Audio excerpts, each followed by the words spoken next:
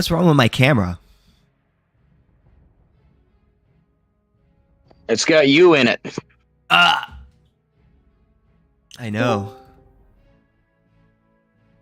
Okay, there we go. Every time number one Delphine Defender joins, a little part of me gets excited that Belle Delphine just joined. Like just for It's like Belle for a Delphine. split second, I'm like, oh, Yeah, right. No, Belle Delphine is pretty known for like joining Discord calls and debating people. Yeah, especially AnCap ones. Yeah. finally her.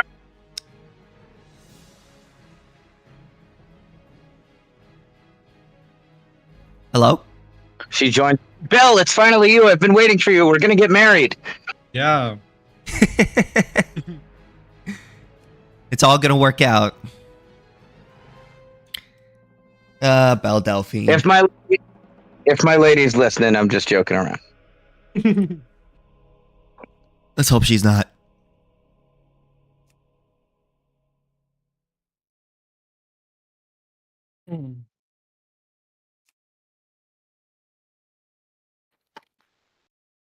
Oof.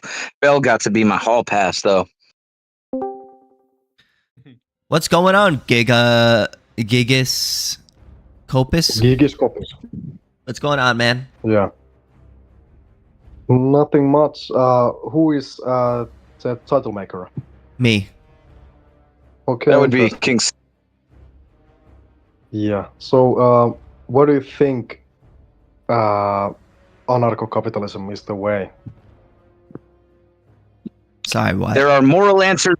There are moral answers to that, and there are economic answers. His question was basically, why do you think capitalism is the way? Are you more of a moralist or Gigas? Are you more of a moralist or a pragmatist? Pragmatist. I don't think moralism should have anything to do with economics. Fair enough. That's totally reasonable. Okay. Well, in that case, I find that let's take a starting principle here. I want to maximize the satisfaction of human ends, of people's desires being satisfied. Yeah. And I find the market to be by far the most efficient and effective way of doing that. I think only a market can now... What? Oh, that was Belle Delphine. Continue. I think only the market is not only best, but even capable of allocating resources in proportion to what people most urgently want and need. And therefore, I think that a purely market-based system will maximize the degree to which people's wants and needs are able to be satisfied. Yes. So, okay, what would you define as anarcho-capitalism? Like, what is your definition of it? Anarcho meaning there is no government. Capitalism meaning you have, private property rights, free enterprise, competitive, free enterprise-based economic system. I produce this. I produce televisions because people want televisions, and I build them so that people will buy them, and I will make a profit. Maybe you do the same thing. I try to produce a better television or an equally good television at a better price, and so on. And if I do better, then I will make more money, and if you do better, then you'll make more money. Yes, but my argument to the thing you said about making sure that everyone gets what they desire is that almost always when we like growing old with companies becoming bigger and bigger and like monopolizing, the way they work usually always tends to Good still evening, go cities to and planned debaters. economy. They just twist it like so that the consumer buys what they want at that point to buy, such as like Walmart is the biggest economy planner in the whole world, but they are still a capitalist company. Well, I think your observation is correct and sound, but I would put one major asterisk there, and that is tendency toward disproportionate growth. Things like mega corporations like Walmart, especially Walmart, it is never without aiding and abetting by the state. That is, Walmart in particular. Many of the Walmarts that open up They are subsidized by local governments and state governments to put a Walmart there where it didn't necessarily make economic sense to put a Walmart there. Walmart receives enormous piles of taxpayer money. Walmart is also constantly caught bribing government officials. They impose restrictions for the purpose of keeping out competitors or making things more expensive and difficult for competitors. Walmart is actually kind of a shining example of cronyism.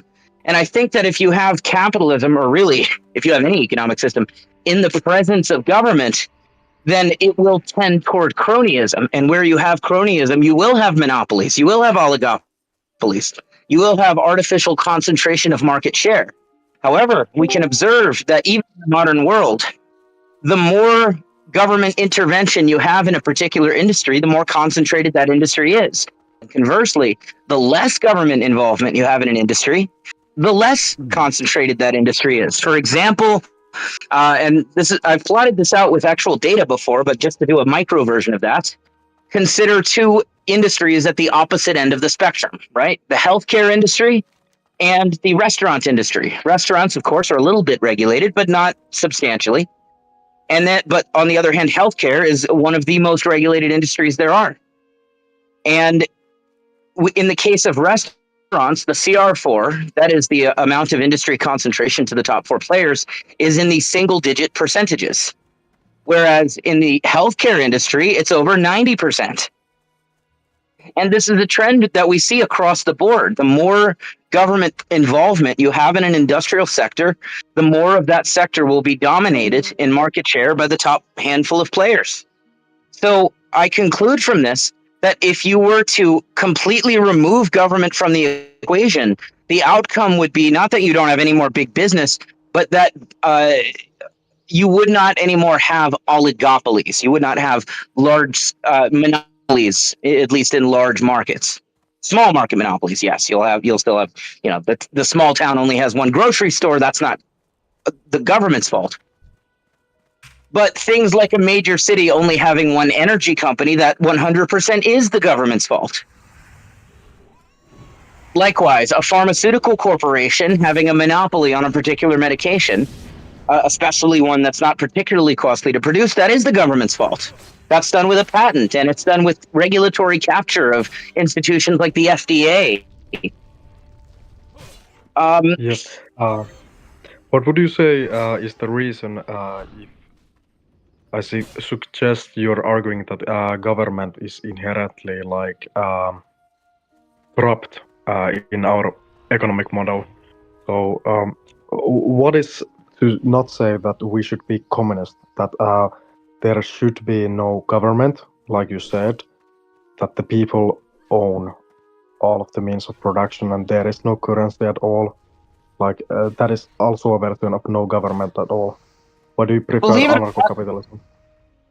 I will directly answer your question, but just as an aside, I actually don't inherently have a problem with quote-unquote the people owning the means of production, even if you mean collectively like the workers. For instance, if you want to start a co-op business where you're a worker in the business and your friends are workers in the business and you collectively own it, and maybe you even branch out, become a big one like the Mondragon Corporation of Spain or something, right? And it's like a worker-owned thing. I have no issue with that whatsoever. I think you may have a little bit of perverse incentives going on. The warehousing department wants to be bigger than the manufacturing department, and if they have more people now, that locks them in the vote, and so you may have resources going more towards warehousing than manufacturing when it would have been more lucrative to go toward manufacturing. You may have little problems like that, and that may be part of why they don't tend to scale very much. However, I don't find anything wrong or even counterproductive about having a firm like that. If it survives on the market, then great. The issue that I take is when you introduce violence into the equation, when you have the commissar that says, I know that you already have this factory that you built or you commissioned its construction and it's your private property, but now that belongs to the people. I take both moral issue with that and economic issue with that. That is, especially in a fully centrally planned economy, or I should say a centrally planned sector of an economy, it's not possible for that commissar to allocate resources in proportion to any quantification of demand. Because in order to do that, you need to perform an economic calculation. In order to perform an economic calculation, you need to have on the supply side factor prices, that is the cost of your inputs. And then on the demand side, you need sales metrics. You need to know what people are buying. Yo, bro, But quick in question. a Why does everyone play free classic current LP? distribution There's like based, 115 from each people according to his screaming, ability wow. to each according to his need, you completely obfuscate the material data that tells you what is actually. Because it's really fun. You have no rational means to determine, should we build the railroad track going around the mountain, which costs more lumber, or going through the mountain, which costs more engineering?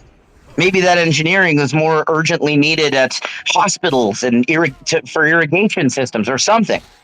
But when you take prices out of the equation, you completely you throw on a beer goggles of sorts. You could say So that people the mostly play commissar is classic now. groping in the dark.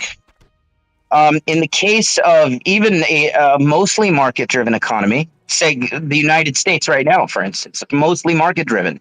However, the sectors we have that are not market-driven, we often suffer for facts that they're not market-driven. For instance, the police and correspondingly the justice system and the correctional system. Right now in the United States, the most people who are incarcerated for crimes that do not have a victim. Now, whether you find this morally permissible or detestable, as I do,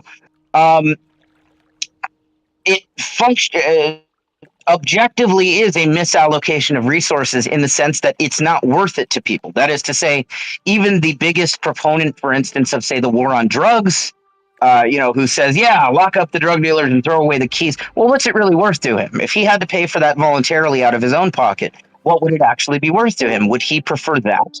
Or would he prefer to improve his house? Or would he prefer a better car? Or, he is made to pay a great deal for that. But through the disjunction between service and payment inherent to any tax-funded system, you completely obfuscate, you alienate consumer demand from the production of goods and services. So correspondingly, you have a gross mismanagement of resources. And I would say some ways that we suffer for that in the United States is police are notoriously brutal. When I was 17 years old, they beat me for 15 minutes while I was in handcuffs for a victimless crime. And then they tried to throw me in prison for up to 18 years for it. I've had similar things happen, less violent usually, but a bunch of times repeatedly throughout my life. I'm far from the only person I know like that. You shouldn't have resisted, bro. That time I didn't even resist. I just ran. I ran away from That's them. resisting. But, well, they lied all over the police report. They said that I was beating the shit out of the cops, basically, which was not true. There wasn't even a grain of truth to that. That's nonsense. That's crazy. But can I say one thing to the cop thing? Mm-hmm. But inherently, cops weren't a thing.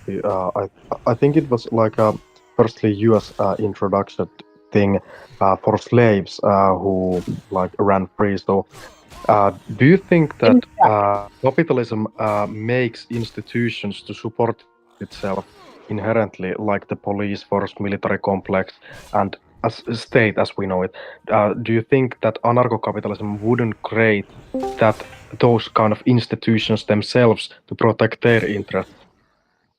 I would say no, I don't think it does. I think it creates institutions for the protection of private property, absolutely.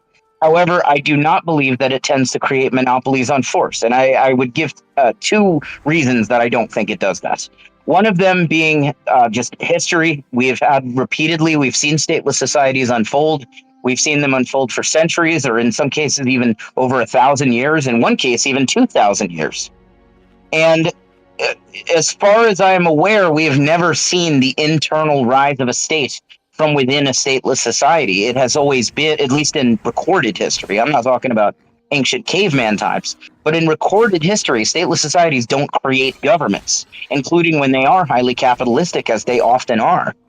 And then the reason I think for that, on theoretical grounds, that we don't see the internal creation of states. That is, it's always external conquest, not companies from within the society creating a state.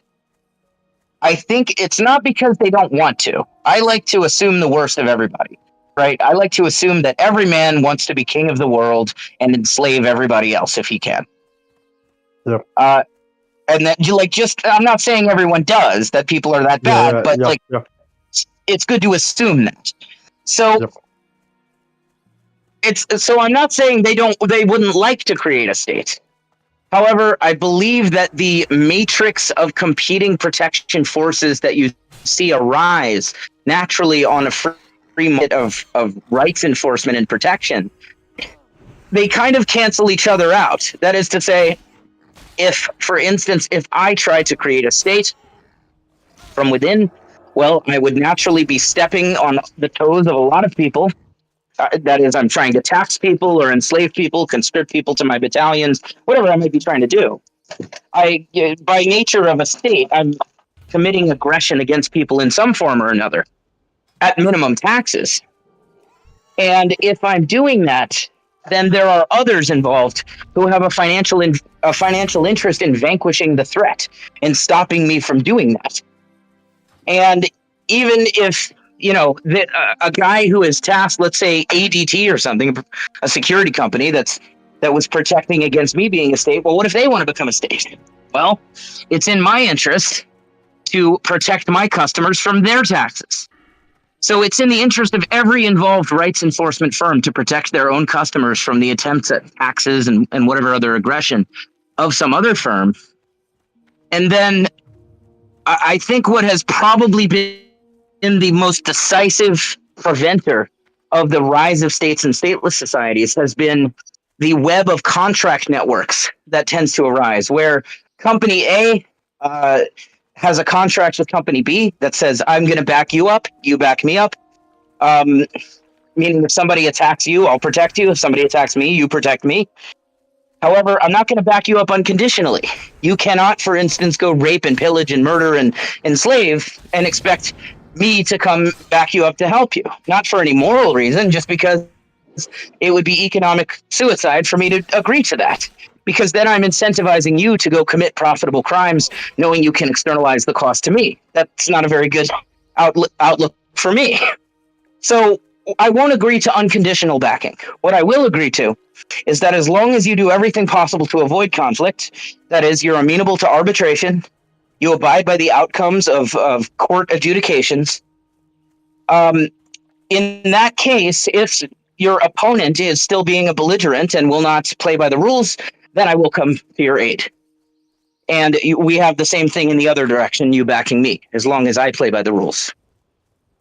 Now, the rules that emerge always revolve around prevention of conflict. That means it doesn't make sense for me to allow you to initiate, you know, taxes and so on other people. That's provoking a conflict. So in the absence of a monopoly on force, you kind of have you could say an immune system of sorts, whereby the antibodies, that is the rights enforcement companies, or in a modern world, probably insurance companies, those whose job is to protect people and property from aggression, they collectively mobilize against any individual usurper of people's rights, you could say. And I believe, and we've seen this emerge repeatedly. It tends to emerge pretty much exactly the game theory I just described, tends to emerge either whenever you don't have any monopoly on force, or when the monopoly on force is, for one reason or another, not very effective. For instance, American prisons. There is a monopoly on force, the government, you know, the warden and so on, but it's not very effective. You still have prison gangs. And so the prison gangs have exactly the kind of alliances that I just described. And whenever those alliances are known to emerge, violence between prison gangs dramatically plummets. Violence in the prisons overall dramatically plummets. Likewise, in stateless societies, you've seen exactly the arrangements I just described between the providers of protection. You saw this in the surety contract networks and between the Tuatha of medieval Ireland.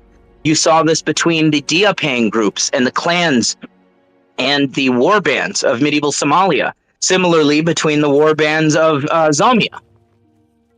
It kind of just emerges naturally, not out of anybody sitting down and coming up with this system, but more so just from how obvious it is to me as a new entrant to the market of protection, how vulnerable I am if I don't have some backup.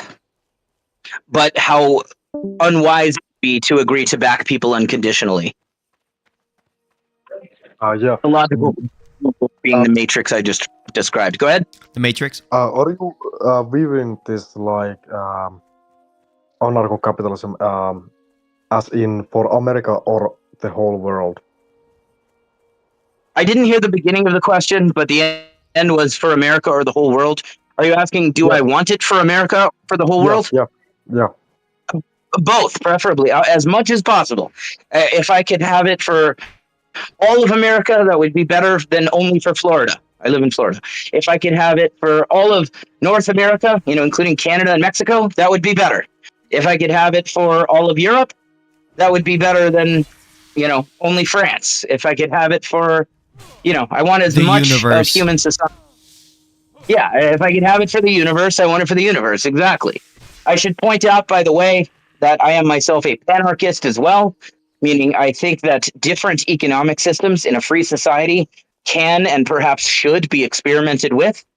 So, for instance, in America, you may have a, anarcho-capitalist Dallas, but maybe down the road closer to Austin, Texas, there might be a town where it's like a big commune kind of thing, but it's all voluntary and consensual.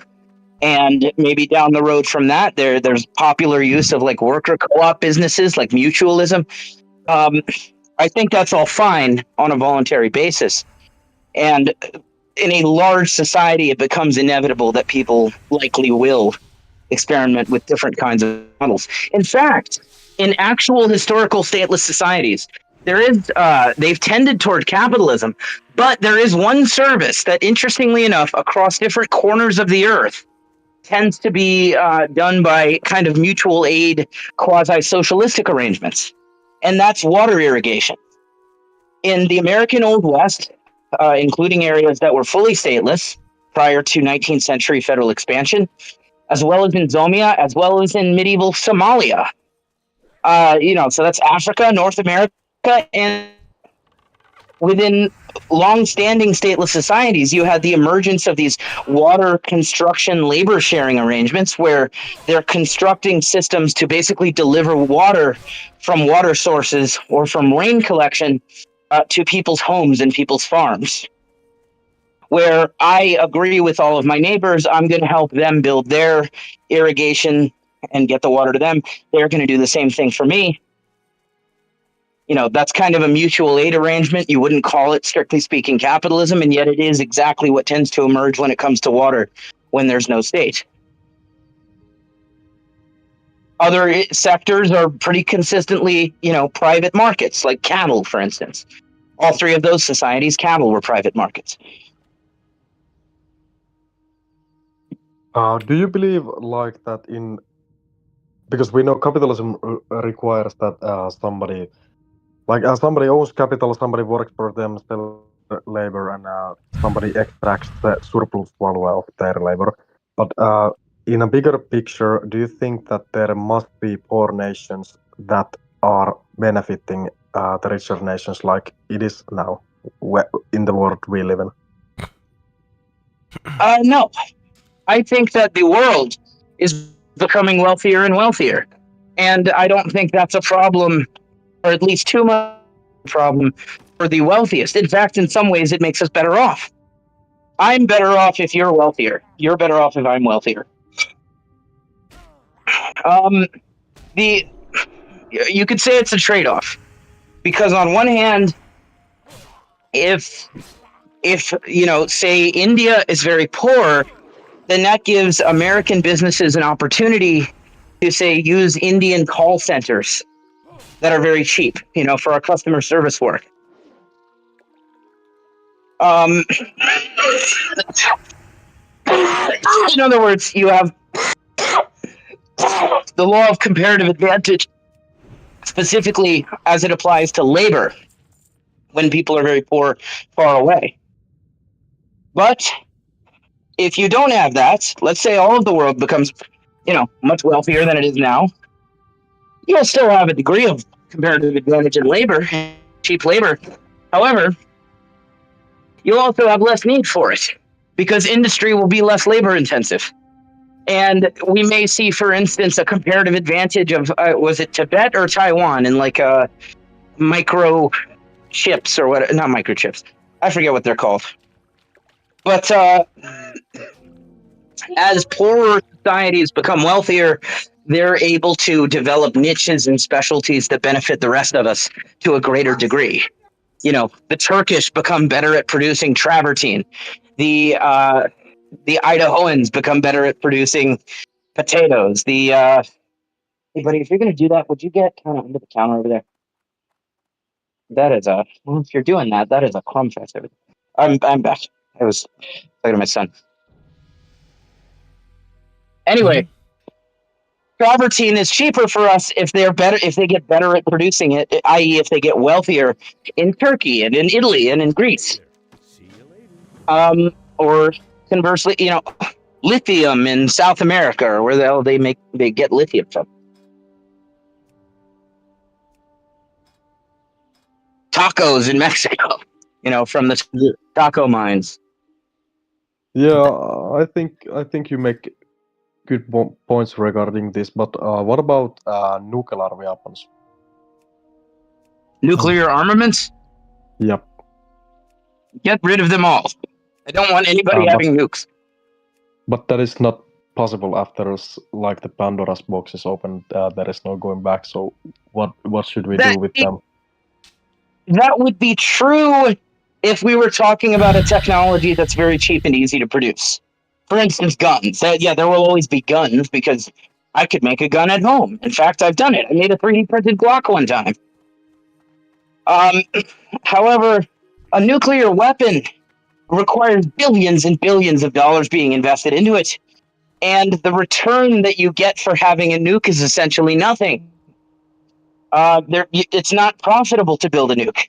What makes nukes economically viable for governments is the fact that it doesn't have to be profitable. They can just externalize the cost to the hapless taxpayer in the form of inflating the money and then spending that on it.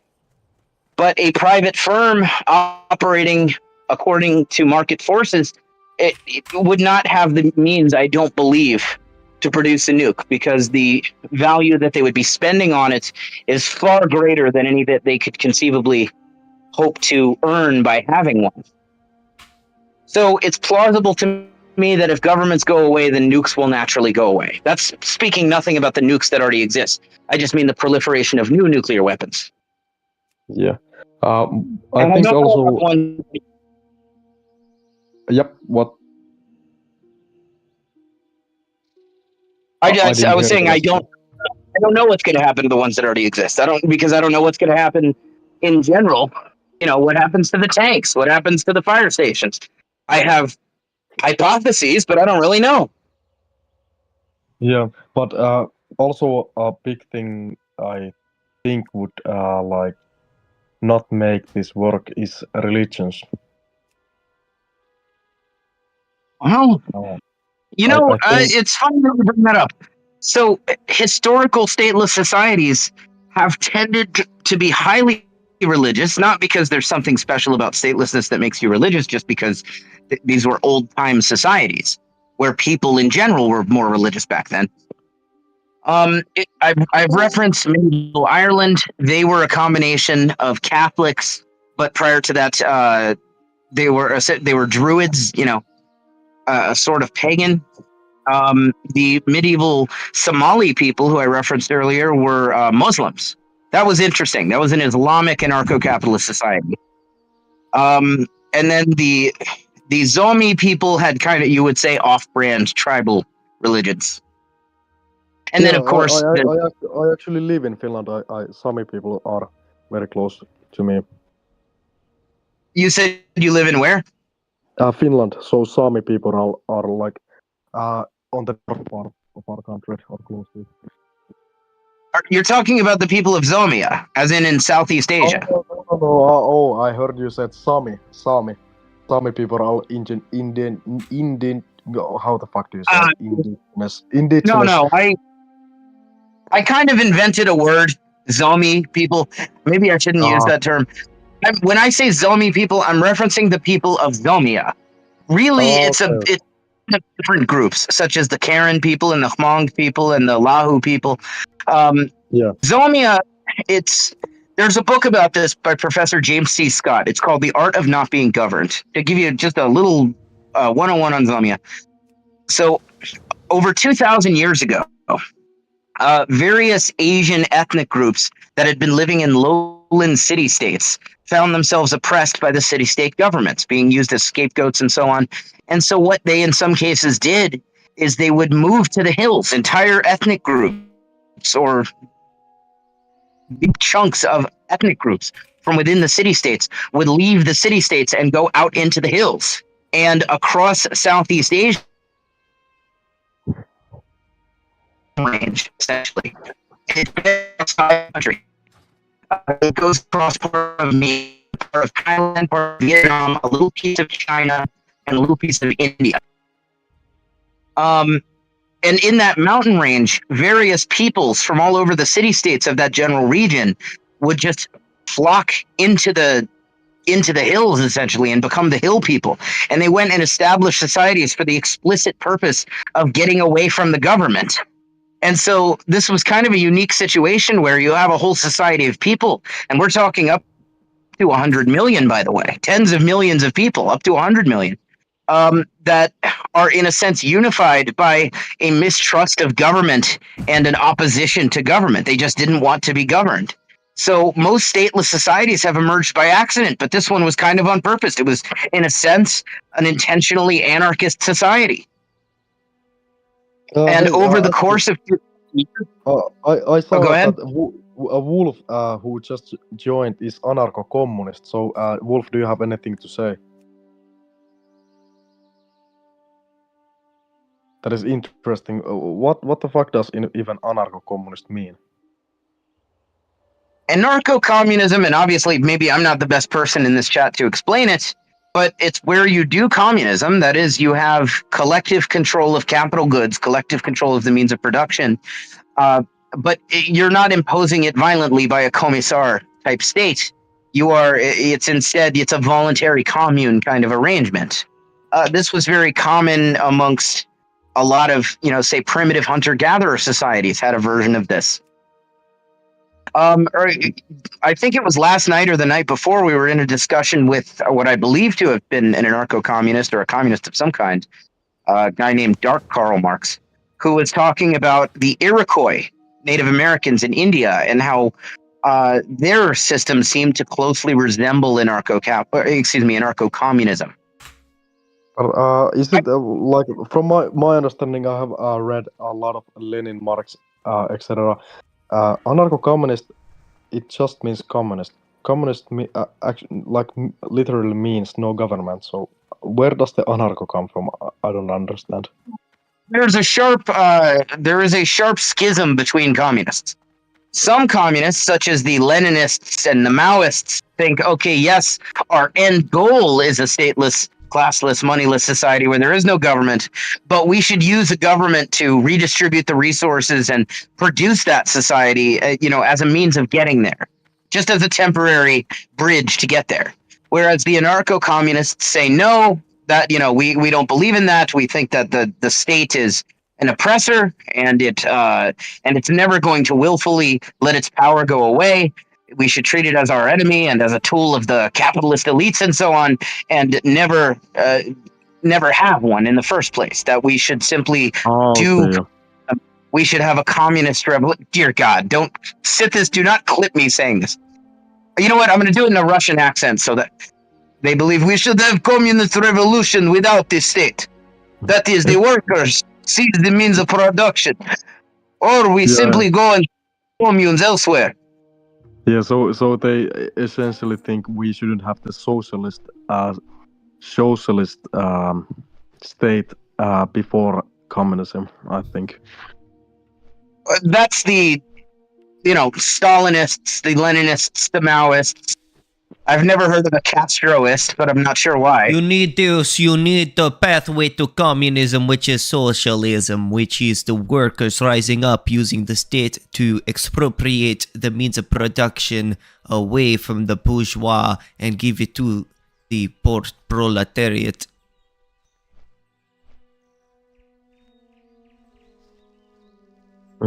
What is in the chat? Who even is that? That was Sithis just doing a Russian accent. No. I mean in the Britain chat. In this VC. Who is that? He isn't even here.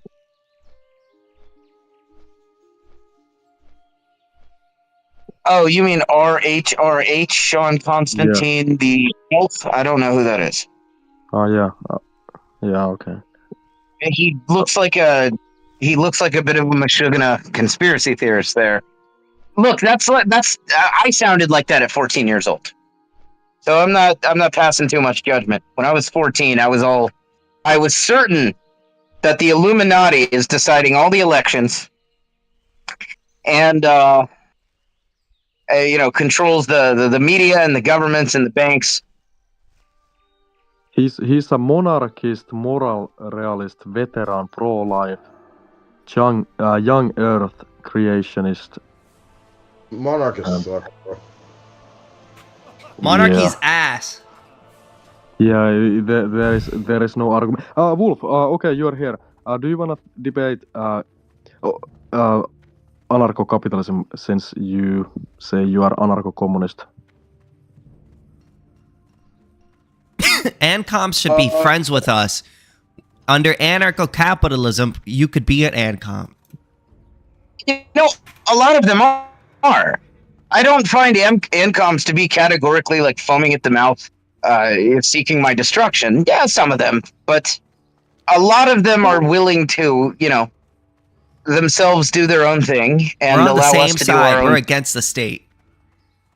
RH, what did you mean by Yeah, your that's true. That is true. What was the question? No, the one guy came in here who wrote something in the VC chat, so I asked what did he mean by it, but yeah. But yeah, I really have no, I don't know, sounds pretty good to me, but of course it will not happen, but sounds good. It's already happening in Prospera. They have kind of an AnCap city there. Yeah, but superpowers. Private cities and stuff like that. You guys cool with that? Because, like, to my understanding, that just that's kind of consistent with like just small city states. If you're a private property owner of an area, I wouldn't consider it to be a state because you got the land through just means. So if you charge someone to stay on that land, then I would just consider that to be like rent. I don't know specifically about Prospera, but I know that with a lot of the kind of private, I don't want to call it city-state, but for simplicity, private city-state, it involves buying a big piece of land from the government. But that would not be a just means of land acquisition because as AnCaps, we don't recognize the government's claim to the land. So if I don't recognize the government as a just owner of the land, then your title from the government, where you bought it from them, would not make you the just owner either. Yeah, that's true. Well, I mean, sure. Fuck the government. But I mean, if you buy the land from the government and declare it your land, I mean, if you're the richest guy, I mean, that makes you the governor or whatever title you want to call it. For you're literally the leader of that society.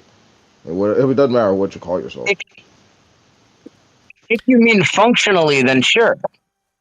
But I think that's okay because as long as if you got assuming you got your house through just means, if you gotten your land through just means, I think it's fine to be able to make decisions about that house or land. So I mean, that's fine, but you're basically a minarchist at that point. And No. We're anti-state. We're anti-state. Okay, I actually, we have I have to a little bit agree with Wolf here on that point, which within a specific set of parameters. That is to say, if the government, let's say hypothetically, the United States government, it claims Florida as its own turf, right? I live in Florida. Now, let's say that I strike a deal with Ron DeSantis and Donald Trump, and I buy Florida as quote unquote my own private property. And then so Florida is now the property of me, and all of the residents of Florida on their properties. I now charge them rent, right? I would be the state. I would be a state in this context. Because and what it ultimately comes down to is that my claim to the land of Florida would be no more justified than the claim of those who I quote unquote bought it from, being the state of Florida and the United States federal government. In other words, I think one of the defining characteristics of a state, perhaps, is treating somebody else's property as your own. Thereby, I could charge them rent, which in this case would really be property taxes. And I can monopolize industries, and I can do all kinds of things forcibly. I can impose legislation if it's my property.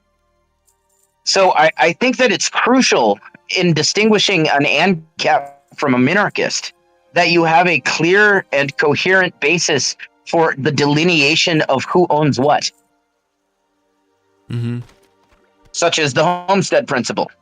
I can justify my claim to my house because I bought it from David, and David's claim was legitimate not because he bought it from the government, but because he built the house. Space Ghost, since you say you are a democratic socialist, so what do you think about anarcho-capitalism? I think it's retarded. Okay, can you explain? I probably could have answered. Usually people who are democratic socialists do not love anarcho-capitalism. No, I don't. Can you explain why it's inherently bad or flawed, in your opinion? I'm just here listening. I just want to. Okay, I'm just here listening. So I just think it's bad. It's a bad concept, and yeah. Okay. No arguments. It's bad. Be careful. I mean, I'm just listening. It's just your fifis. I'm just trying to listen again right now. Mm-hmm. Well, a Space Ghost.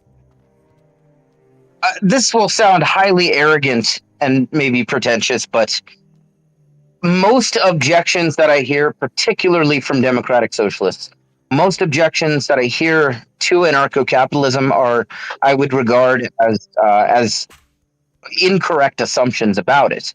There are some objections I think are correct. That, for instance, I think anarcho-capitalism would lead to a diminishing of wildlife. That is to say, overhunting, overfishing, any land that isn't somebody's private property, the natural resources there, like the animals and the fish and the perhaps plants and so on, are likely to be decimated in the absence of, the wildlife administration type institutions and the game warden and, tags and quotas on those things. If natural land just becomes kind of free for all in that sense, we're not going to see wild rhinoceroses and wild elephants and wild alligators and stuff anymore. We will see a lot more of cultivation of those things if they have something about them that people want, such as ivory or skins or meat or something. But as far as nature goes, it's going to be annihilated eventually, anyway. Good. I think that's a true objection to anarcho-capitalism that I think is correct, and I'm simply okay with that. At least I consider the benefits to greatly outweigh that negative. But I do think of it in a way as a negative. I like to go out in nature and go hunting and so on. Well, I mean, you could always go on somebody else's land and pay to shoot their animals, Wait, what? How can you be okay with nature being totally destroyed? Like, that's not okay. I think how can we live? That's Question. I actually have a question in relation to that. Like, how do you I do want to ask. How do you reconcile the that, 'cause, NAP with? I will say though, with nature, right? Because nature is an essential part of being able to maintain the health of our current world. Like animals and trees and all that contribute to the planting of seeds and will reproduce and populate, and like all this stuff will occur for nature, that nature needs like nature to reproduce itself, you know?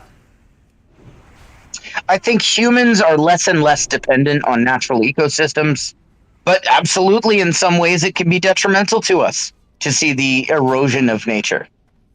Well, I By mean, the like, way, I would point. I mean, like, you need like fertile land in order to grow the crops so that you can eat your bread, eat your sandwiches. You know, you need the you need livestock Yes, to and reproduce so that you can eat your meat. Like, you need the cotton to be able to buy the clothes that you wear. You don't know, need a state to have that stuff. Yes, you do. when I You say need to nature, have a state for regulation so that people aren't like destroying the environment that destroys separate. all that. That's a separate getting into issue. my point. Yeah, regulation is a Hold on, separate issue. have to bring up a historical anecdote that I think nicely shines a light on this question. When I was saying nature, I meant that which is not owned by anybody. I did not mean plants. I did not mean animals per se. I mean plants and animals and land and so on that don't have an owner. But when it does have an owner, the owner has an interest in taking care of it. So in early America, in the West, before the West was part of the United States, at least in practice, you had private property in grazing land where cattlemen would plant grass seed and they would take care of grazing land and graze their cattle there. And they would erect fences and so on and treat the land in various ways, remove trees here and there, do this and that. They would take care of the land. And then following the federal expansion of the late 19th century, when the West became part of America, the United States government instituted open range laws, where now it was illegal to treat grazing land as private property. They, in a sense, socialized the land, where you had to share your grazing land with any other rancher that wishes to graze their cattle there. You can't exclude people from it. So the outcome of this hey Danks, you've heard me tell this before. The outcome of the open range laws was that now you have tragedy of the commons applying to the grazing land, where it doesn't make financial sense for me to invest resources and labor and energy into maintaining this land, planting new grass seed and so on, if other ranchers can just come graze their cattle there. So Yeah, the but outcome of the But again, that's Yeah. bad, because what you're doing, right, is like you're directing like you have like large herds of cattle. Like, let's say I'm a farmer and I go to a certain area, right, and I'm like planting crops there to feed the cattle, right. The cattle, if you're keeping the cattle in that certain area, or you're like the environment isn't like being regulated in a sense, the cattle, you're like allowing the cattle to graze in an area, which can actually reduce the ability of the soil to be able to regenerate. And like, this is something that ancient farmers used to understand pretty well, because ancient farmers were the ones that came up with crop rotation. Wouldn't that be a problem of the tragedy of the commons, though? If you're the owner of your own private property, like, you would be incentivized to make sure that the cows don't overeat on the land, so that you can return a larger yield next year. But if you're under like public land, publicly owned land, all right, but like with completely a fence out livestock. So with a fence out livestock, how do you ensure that you indeed have ownership to the land? Who's going to regulate that you do have the ownership to that land? Well, we have private insurance. We're an anarcho-capitalist society. Can I ask one thing? No. Let me. We were talking about American weapons. I'm going to go and answer there to ensure property rights. Taxation, you're cutting out a little bit. It was a combination of private security companies and range detectives. When there was a dispute that arose, it was brought before private arbitration, such as cattlemen's associations, and land clubs were quite popular for dispute resolution. Now, the problem that you described, the need for things like crop rotation, which I agree farmers have long understood around the world for a long time. This is not something that's intrinsic to a private land cultivation any more than it is to any other kind, or that is this need. It's incumbent on farmers regardless of system. But the outcome of the open range laws was people stopped taking care of the land in any way. Nobody cared anymore because it wasn't their private exclusionary land. They grazed up the land without planting new seed. The land dried up, and it created the Dust Bowl, where masses of particulates of dust filled the sky that swept across and ravaged America agriculturally. It was a huge problem. But here's the thing, right? Like, if I'm driving down a road at night, though, and my car gets totaled because I hit into a cow that's on the side of that's standing in the middle of the road, because I can't slow down fast enough to ensure that I'm not going to hit the cow. I'm the one that's legally responsible for the crash, not the rancher whose cow it was blocking the road. And even if I were to go to insurance, the insurance company is going to say, well, due to open range laws, you should have been a bit more careful when on the road, when it should have been the farmers. We don't believe in open range laws. Can I? Yeah, we're against open range laws. Good, because I think it sucks. Because I think open range laws. No, are and also to your argument for the animal. Yeah, so for the argument with the animal, if you're private, what I would consider animals to be private property. If your private property leaves your house and then it walks into the road and then you hit it, I feel like you can make a good argument that the person who's the owner is responsible for that. I feel like.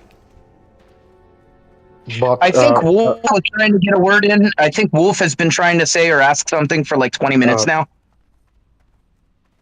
I think it's me, Wolf. Oh, Wolf, Gig, go ahead. It was Gig. Yeah, go ahead. Yeah. So, but isn't like the idea? Okay.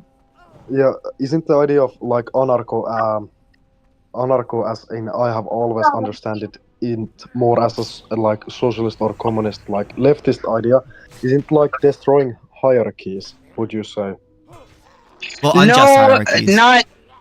Not categorically. Look, by virtue of arguing with anybody else, an anarchist is implying a hierarchy of knowledge. If I tell you facts that I presume you don't know, then I'm implying a hierarchy of knowledge about a particular matter.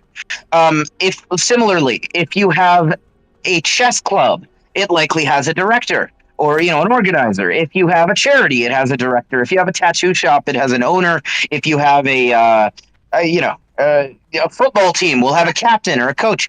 It's normal for human organizations, churches and such will have priests. I mean, it's normal that human organizations will have hierarchical arrangements within them. And I would say that anarchists would be in a very bad position if we were categorically against that. It's, I would say, inevitable that at minimum you're going to have some forms of hierarchy. The hierarchies we take issue with are those imposed violently, that is, such as the state. So the word anarchy, it comes from the Greek words "an" to mean lack of, and "archos" to mean rulers, lack of rulers. We would distinguish rulers from leaders, right? We don't have a problem with the quote-unquote authority of a doctor, in that you will likely follow the advice of the doctor and do as the doctor says, not because the doctor will shoot you if you disobey, but because that you understand to be well educated and informed on the matter that he's guiding you. You go to him for expertise. So we're not against hierarchy and authority, so to speak. Just coercive hierarchies. We're against coercive hierarchies. Yeah, ones that are forcing you. Yeah. But this sounds a bit like just feudalism. What would make you think that? Well, feudalism involves coercive hierarchies, whereby you have a central planner, an agricultural central planner of sorts, in the form of the monarch. In the form of central planning that the monarch does is the appropriation, depending which feudalist system we're talking about anyway, is the appropriation of land titles to the nobility class, whereby vast swaths of land are awarded to the lords of varying levels, and then the lords are the involuntary hierarchical masters. Not that it's involuntary by the lords, but involuntary by the serfs. And the ones that, built a house on some land and built a farm there, and they not only built those things, but they take care of the land. And they weren't doing so at the commission of a lord. They were doing so because they wanted to live in the house and they wanted to grow the crops. They're simply being allowed to by the lord based on his title to the land that was given to him by the king. that's not very unlike the system I described earlier, where if I bought Florida from Ron DeSantis and Donald Trump and then treated it as my own personal fiefdom, well, that would be about the same thing. And I acknowledged in that scenario that I would be the state. So in order to distinguish anarcho-capitalism from a statist society, I think it's crucial that it clearly delineates how it is determined who owns what land. And I think that's something along the lines of the homestead principle is. Wait, your microphone's staticky right now. I think something along the lines of the homestead principle, even if not exactly that, is compatible with a stateless paradigm. Whereas if you have land control of land by arbitrary decree or by political privilege or something, then what you have will not be anarchy. Yeah. And feudalism would be a prime instance of that. This is why we need to Here, buddy. have a proletariat revolution.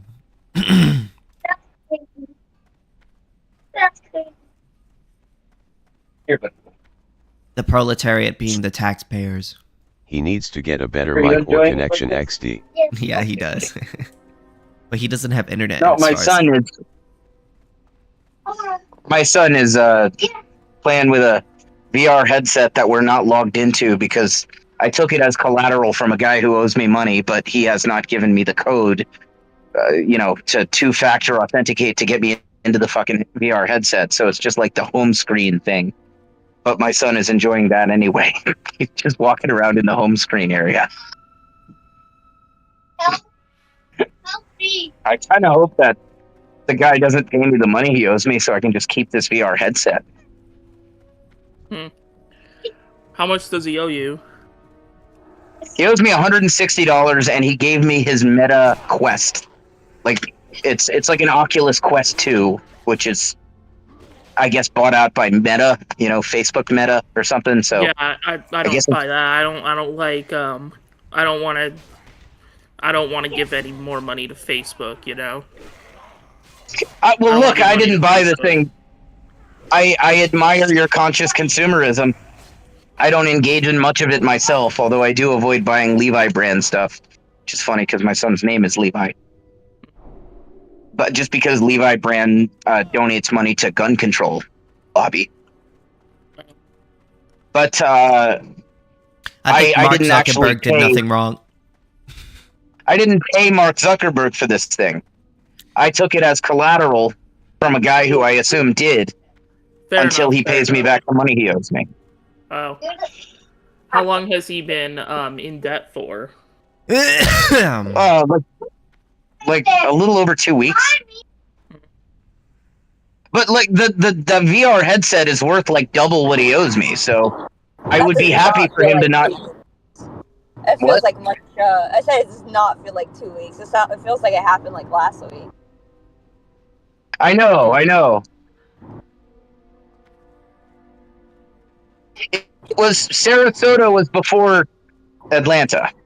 Yeah, I was. What a bunch of smelly dirtbags.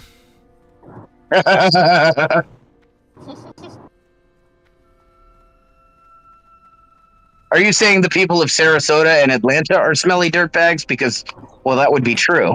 Yeah, Yes. true.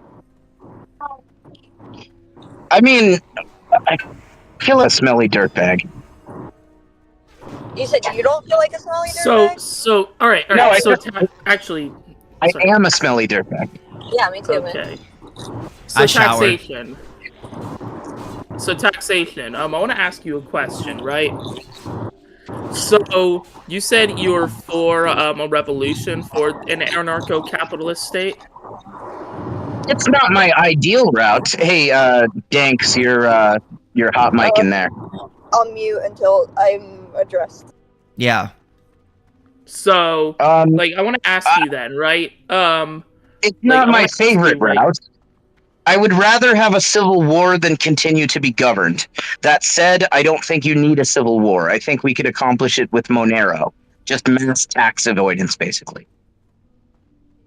All right. So Coordination, then cooperation. I want to ask you then, right? Why do revolutions like historically produce warlords or states and not anarcho-capitalism? Because they're not ANCAPs. That is actually a part of it. Yeah, it's that And generally can you give me an speaking. example of one that wasn't an ANCAP? All of them? All of them. Yeah, none of them were ANCAPs. Could you name me one that was ANCAP? No, I would because be very.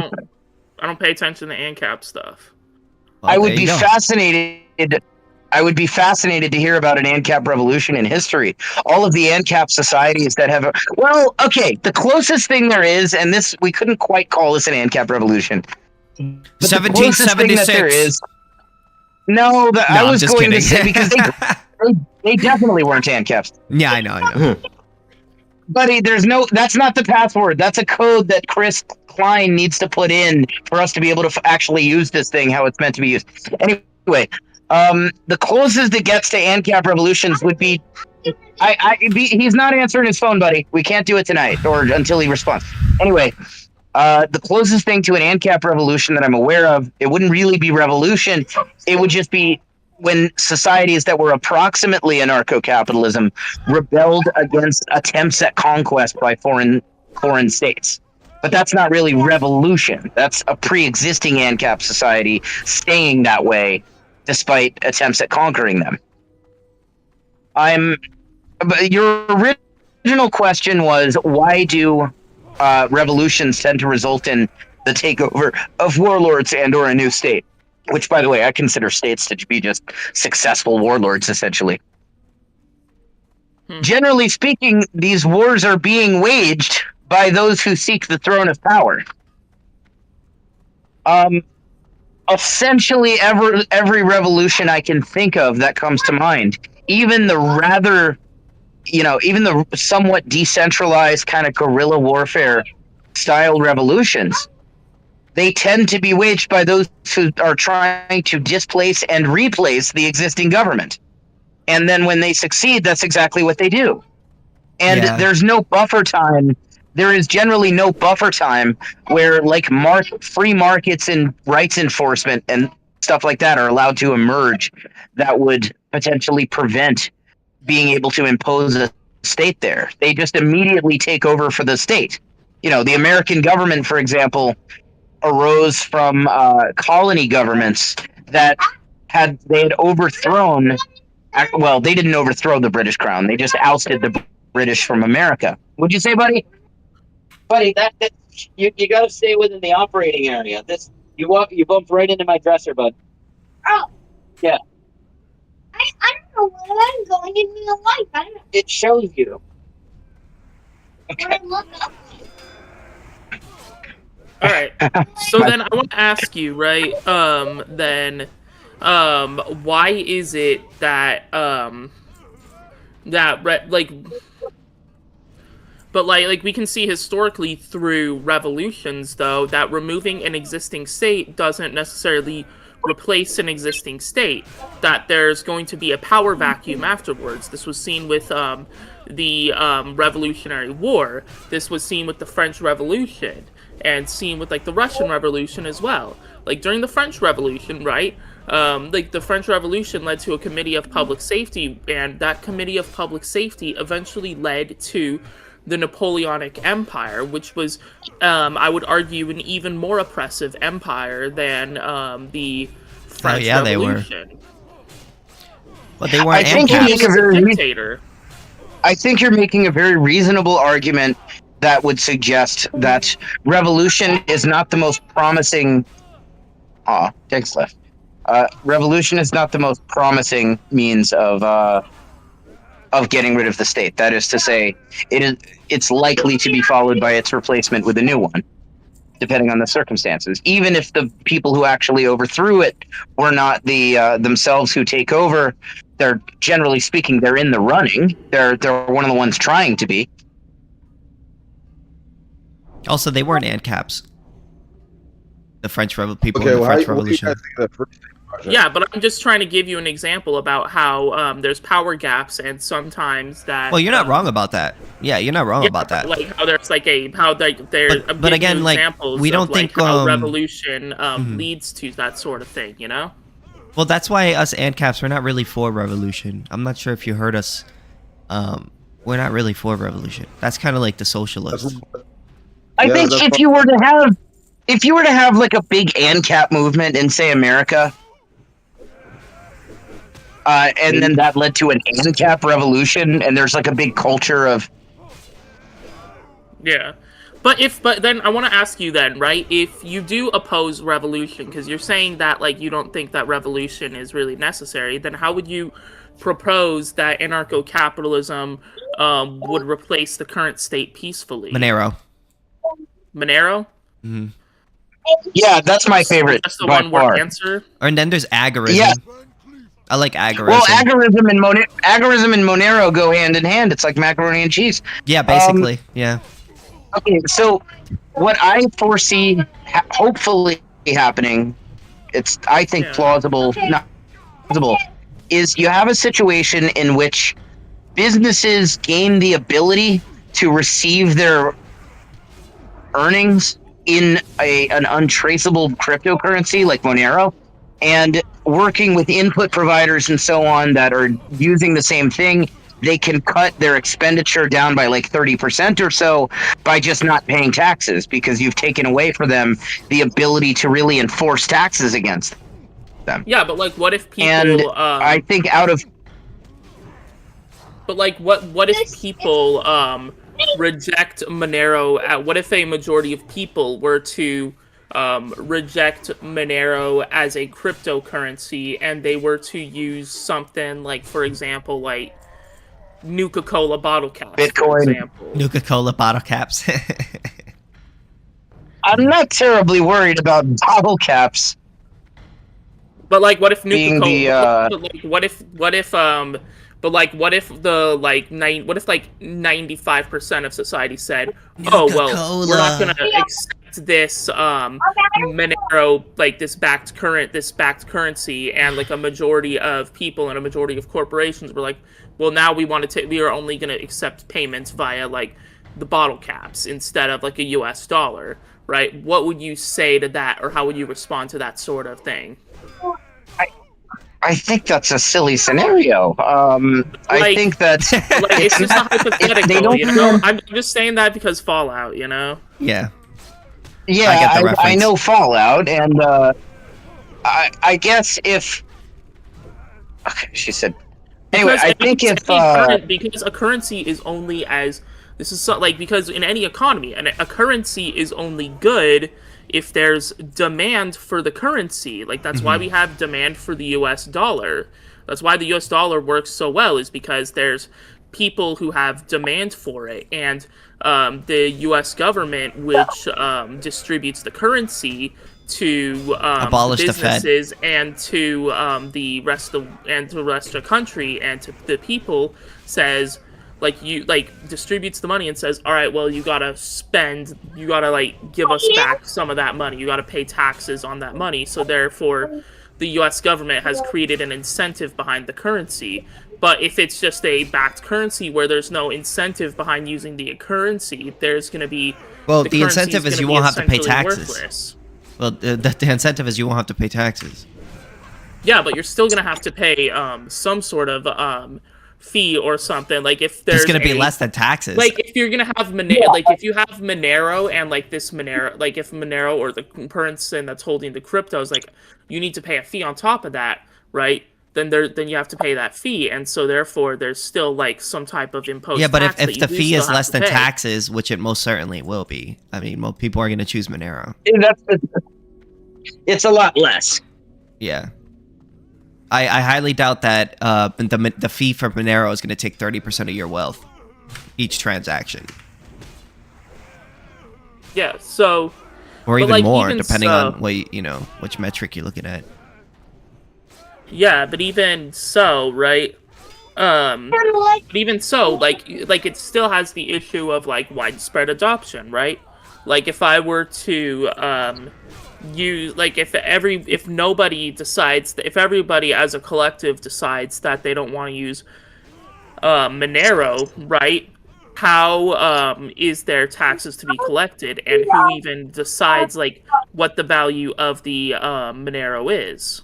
Well, nobody decides what's no the value. value Of, it's done through the blockchain, right? Well, wait, no, Sithis. The blockchain has nothing to do with the value. I mean, the fact that there is a blockchain guarantees that it can't be counted. That protects the value. Okay, So I'm I sorry, guess I'm in a a sense, layman. it's not a relationship. Blockchain has nothing to do with the value. Mhm. All the blockchain is a ledger of the creation and transfer of every token. Yeah, exactly. Thank you, Theft, for saying that part, because I hear people talk about the blockchain, and you're like one of the very few people who I've spoken to that actually knows what the fuck the blockchain is. Yeah, but even still, I know point crypto to some extent. my point that I made still is still semi true. It isn't necessarily just like the value of the Bitcoin isn't just like made by individuals. It's made by the Supply and demand. The supply and demand. Yeah. Same as anything else. Mhm. Same as literally anything else. Oh, wait, which one of you in here is the anarcho-capital? But like again, right? Me like, and taxation is theft. How does blockchain because blockchain does track transactions. I do agree with you on that. Mhm. But like, how does it replace the law, security, and social coordination required for the ability to have these sorts of like things, like building roads, being able to have commerce, for people being able to use it as wages to be able to buy their food? Because again, right, like even if it's just a tool, right, and the money, like you could use anything to represent value. It only works if people see value within the currency, and if a majority of people don't see Monero as having value, then like Monero is essentially worthless in your ideal society. Yes, that's true.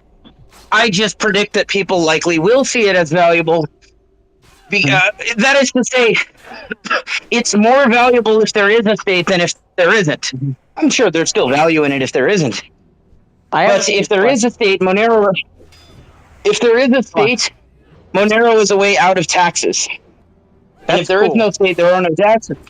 So there's less urgent need for Monero without a state. I have a question. But like on that, right? Like how does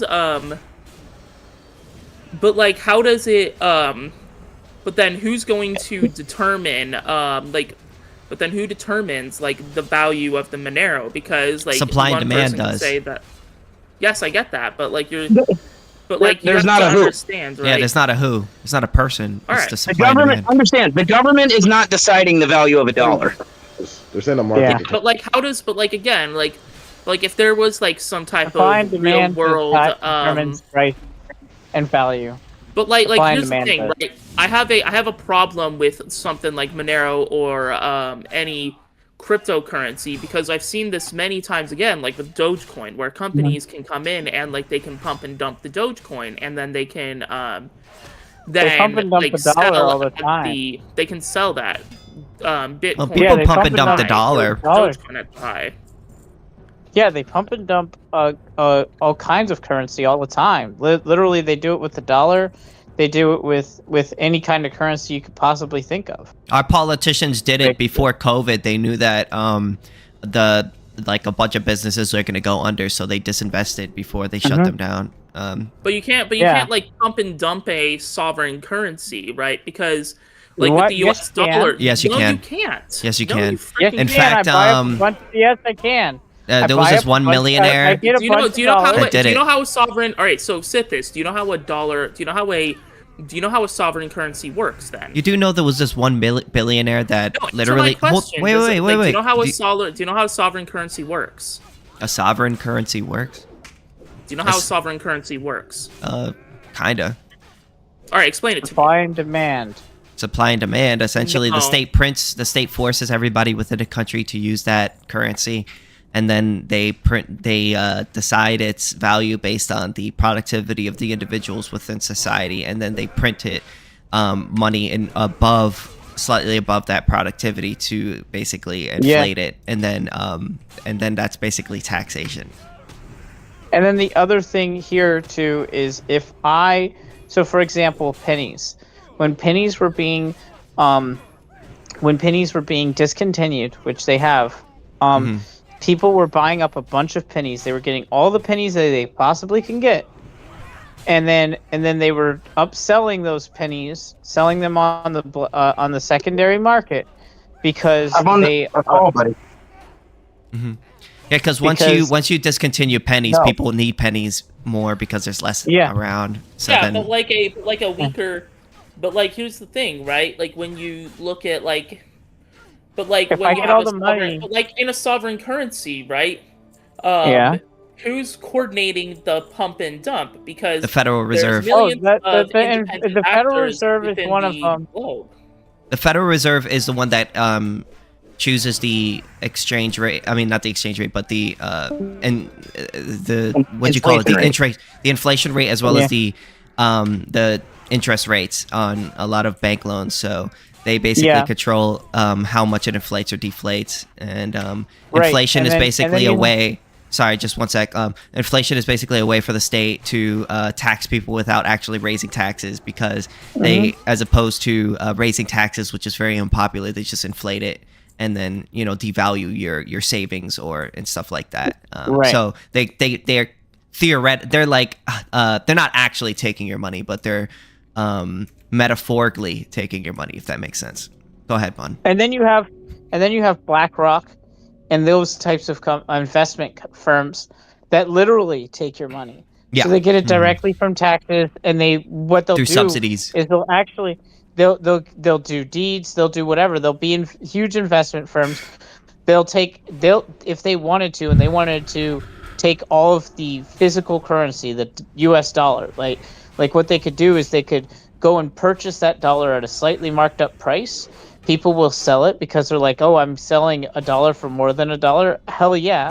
And then they'll buy up all that currency and then resell it at a higher value. They did that with land. They do that with everything else. A lot of banks do it too. So when they print new money, that new money is actually worth more than older money. So the banks that get that money first end up like getting like an advantage than banks that have older money. They call that debasement. So it's all, that's literally how currency works. It's all about supply and demand. You purchase up all the supply, or you prevent people from getting to the supply, and then demand increases because the supply is lower and there's a strain on the supply. Yeah, money is just a medium of exchange. It's good like anything else. It's pieces of paper. I mean, the only reason why we value it is because it's able to buy things, and we value the things it's able to buy. But when the government forces you to, this is like why many libertarians are very against the Federal Reserve, because, it's basically when you have a monopoly on the money supply, you're able to, again, raise taxes without actually increasing the percentage of taxes that you're doing. You just do it through inflation, and the state does this all the time. But replacing crypto doesn't necessarily evolve. But like switching currencies, like switching from the US dollar to crypto, doesn't necessarily that's not true. It just changes the accounting unit. No, it doesn't just change the accounting unit. Yes, it does. Like, no, it doesn't. Wait, guys. Why is it when a currency weakens, or when a country switches to a new currency, that there's there's an authoritarian power? Like, why is there because the reason why crypto doesn't work that way is because crypto is not centralized. Number one, there are multiple different cryptos, so it's not a centralized currency. Because it's not a centralized currency, there is no monopoly. Because there's no monopoly and there's multiple different currencies that you can choose, any person can choose to use those currencies and they can be exchanged for products. Mm-hmm. The reality is that would mean that the stranglehold, all these things that you were talking about, all the crap that you were saying, doesn't apply because there is no monopoly on the currency. Yeah, so that's the main reason why a lot of people really want us to go back to the gold standard, and the reason why is because the government can't inflate gold. You know, they could all they could do is hedge, like they could, take loans out in the future, but they would have to pay those loans back.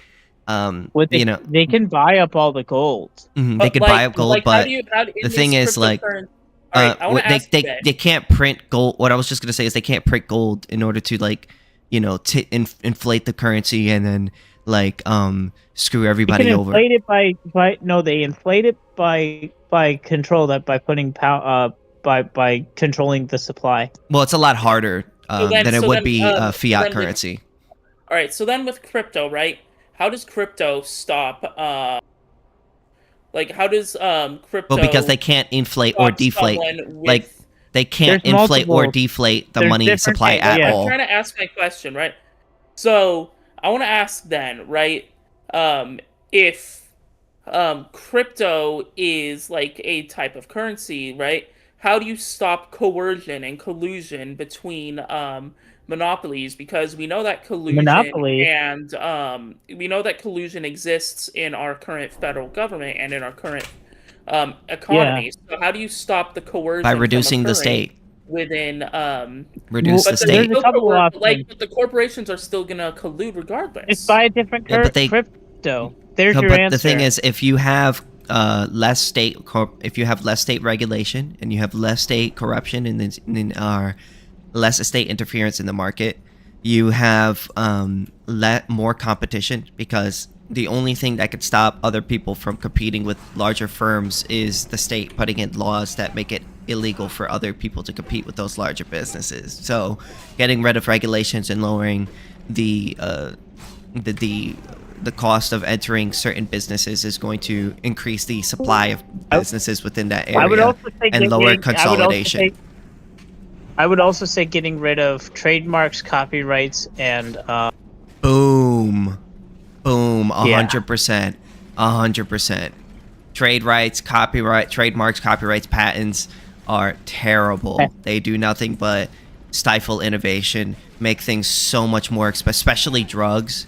I mean, the fact that a pill that only costs $2 to make to be sold for thousands of dollars in the market is, like, completely ridiculous, in my opinion. No, I agree with that. I think sometimes but that's a state regulation, right? No, but like what you're doing there is, like, you're having, like, these things where, like, you're having, like, these companies that are coming in and buying up these patents from you have the drug companies. And we should abolish patents. They buy up the patents and then they jack up the prices. This is what we saw with insulin, where someone sold the patent for insulin for $1, and then the purchaser of the insulin patent sold, like, then those people deserve to go to prison and jacked up the prices. Yeah. Like, we saw this too with Daraprim. You guys remember Martin Shkreli?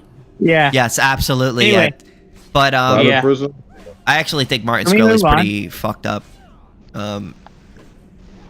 But that's a state regulation. You know, a lot of the stuff that is holding other businesses back from competing from other businesses in a free market is not other businesses. It is other businesses, but it's not. They're not doing it, and they're not stopping them in the way that you think. What they're doing is they're going to the state. They're saying, "Hey, we need this regulation to be put in place to stop our competitors." I'll give you an example of one. Sure, I'll give you an example of one. So, Florida State, just recently allowed for medical marijuana, and growers to grow medical marijuana. However, the law was written in such a way that only 3 companies could actually grow medical marijuana legally, because the requirements to be able to be considered a grower and to classify to be able to grow it under this law is you have to produce X amount of plants each year. Yeah. Which you have to be in business for X amount of years. Yeah, they probably put it like ridiculously high or ridiculously it was ridiculously high. That's exactly what it was. So what that did is, because it's a very ridiculously high bar that they set, they made sure that there's only like 3 or 4 growers that actually fit under that bar. Yeah. And that's that, you know, I mean, what's like, a lot of people are like, what is the necessary reason why we have to have such stringent, you know, limits on how much marijuana someone could grow? Yeah. I mean, marijuana isn't that dangerous. So they can control how much you. That's marijuana why you it's can there. grow. How much, well, yeah, of course. Even how much I'm just saying it's unnecessary. You know what I'm saying? It was not just how much medical marijuana you could grow. It was what in order to even be a grower, in order to even sell medical marijuana or grow medical marijuana, you have to meet these bar. It's like, how dangerous could marijuana be that we need this much regulation? It's not, you know, there was people. A couple years ago, I was buying marijuana off the black market. How often did you hear people dying? I'll tell you something. Hold on, Angel Trumpet. If you smoke Angel Trumpet, you actually boil it. If you boil Angel Trumpet, which is a plant, what's that? You can die. It's a big flower.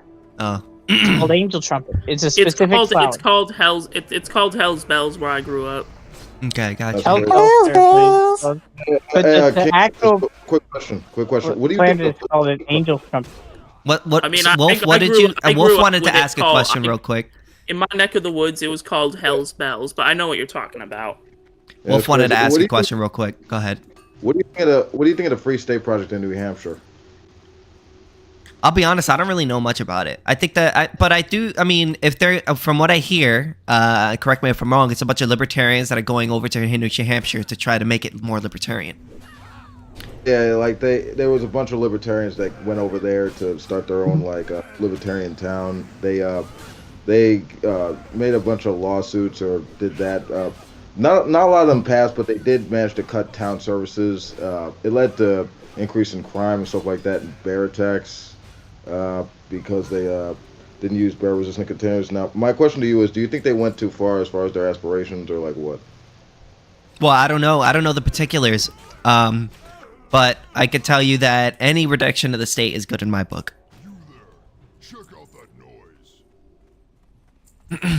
You think it would have been wise for them to use like bear-resistant containers for like the ones living non-traditionally? Maybe. But I'm not sure how that's a state issue. A private business could easily have done that, right? I have a question.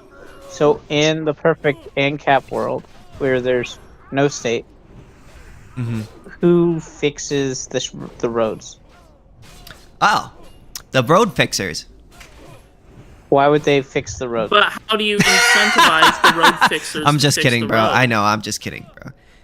So basically the roads would be privatized. So basically, it could either be done through toll roads, or there's another way in which it could be done, which is essentially you can have buildings or stores or billboards or things alongside of the road to that pay rent to upkeep the road. Who privatizes the roads? Well, private owners. Okay, so any road that passes by me, I'm just gonna block it off and charge everybody money to pass. You would have to own the road in order to do that. And then my neighbor does the same. You would need to own. You would not have the right to block another person's road if they own it. Why not? Who owns the road? How do you define that? How do you define how the road is owned? Is it owned like collectively, like everybody who, like every time ownership is defined? You have to pay. Ownership is defined by first. Ownership is defined by first comer ethic, which means that you are the first person to that land or good or service. and you're not. Yeah. And the reason why we support that is because you haven't violated another person's rights in order to achieve that, and or through consensual transactions. So, for instance, if I bought a road from another person, so what you could see is the person maybe buying there could be a high demand from going from point A to point B, city A to city B, which you so people would want some sort of road. So people would pay probably to drive on a road to get from point A to point B. So what they could do is you could have a guy who buys a long stretch of road and he uses his own money up front, and then he can charge people. It from? Well, he could either homestead it or he could buy it from people who are already living there. That's great. So my house where I have my house, that's in front of my house. Yeah. I'm gonna call that private road, and then my neighbor, they're gonna call theirs private road. Or they could make one around your house. It's gonna call their private road, and we're gonna all block off each other from going to the next person's house, and we're gonna charge each time you go to each house. You would not have the right to block a person from leaving their house. No. Well, why not? It's my road. So if you're gonna pass by my road, you have to go through my road. Because if you block another person, if you block another person's property, you're claiming ownership over that person's property. No. I'm only blocking my property, so the road directly in front of my house. So, all right. Are you using your property? Right? Are you using your property to stop them from leaving their property? All right, Sithis, I want to ask that you a would question be illegal. then, going off of that. Yeah. I want to ask you, right? Under your belief system, right? Who enforces the property rights? Because there has to be some type of person. But who settles the property disputes? Because private arbitration disputes. But how do you get to the arbitration, right? How do you get to that point, right? Okay, so there could be you could subscribe to it. Who ensures that the arbitration occurs, and who? But how do you ensure that the private insurance isn't taking sides during the arbitration process? Private police, private courts, competition, private everything. Yeah, everything's going to be privatized, and the difference is right when you have a public court or a public, public police. They're more easily to be bought out and bribed and take sides. And the reason why that is because they're a monopoly. And when you have a monopoly, there's no competition. You can't go to another competitor because they're taking bribes or taking sides. Whereas under a private system, there would be competition. That would incentivize, and anyone would be allowed to leave one private insurance agency for another one. That would incentivize. Wait a minute. Whoa. What's stopping me as BlackRock from just paying off every single insurance company to prioritize BlackRock, which is me? It's the second that you pay off one insurance company, the individuals who are under that. Off. Yeah, I don't just pay off one; I pay them all off. So the second every that you single one. do you want to hear the answer or no? Yes, I do. Yeah. Okay, so the second that you pay one off, the people who are paying for that service are going to leave that service, thus making it so that they will have less money than they would otherwise. Why? What the fuck is up with all these interruptions, dude? Okay. Why the fuck are you interrupting me so much? Sorry. All right. So what I was going to say is, the second that you bribe one private insurance company. Mm-hmm. Every single all the people who are paying for that private insurance industry are going to stop paying for them and move to their competitor because there would be an infinite amount, well, not an infinite amount, such a large amount of competition that it would be pretty much impossible for any person, or much harder than it would be a state, to bribe every single one. So, for instance, when you have a state, you have one monopoly, which is all you need to do is bribe them, and they always often tend to go to the highest bidder. The state always goes to the highest bidder. Whereas private companies, because there's competition, they're more incentivized not to take bribes because the people who are under them can move to their competition. And if they see that the person that is, looking over them is deciding to take bribes from BlackRock, well, then those people could be like, oh, I don't want to buy this person's services, and I'll go to someone who doesn't bribe. You can't really then do that. fine. I You just can't buy really. 'em all up. You can't really. You I can't buy really. up all You the can't. Whoa, insurance. whoa, whoa, whoa, whoa! You can't really do that with the state because the state is a monopoly. They force you to pay into the system. So yeah, I mean, maybe theoretically it could be possible for, it could be overrun maybe if you have, a crazy situation, but it would be less likely because there's competition.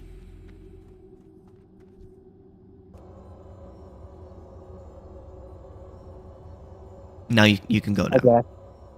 Buy up all the competition too. I mean, BlackRock's one of the biggest investors. They can buy up everybody.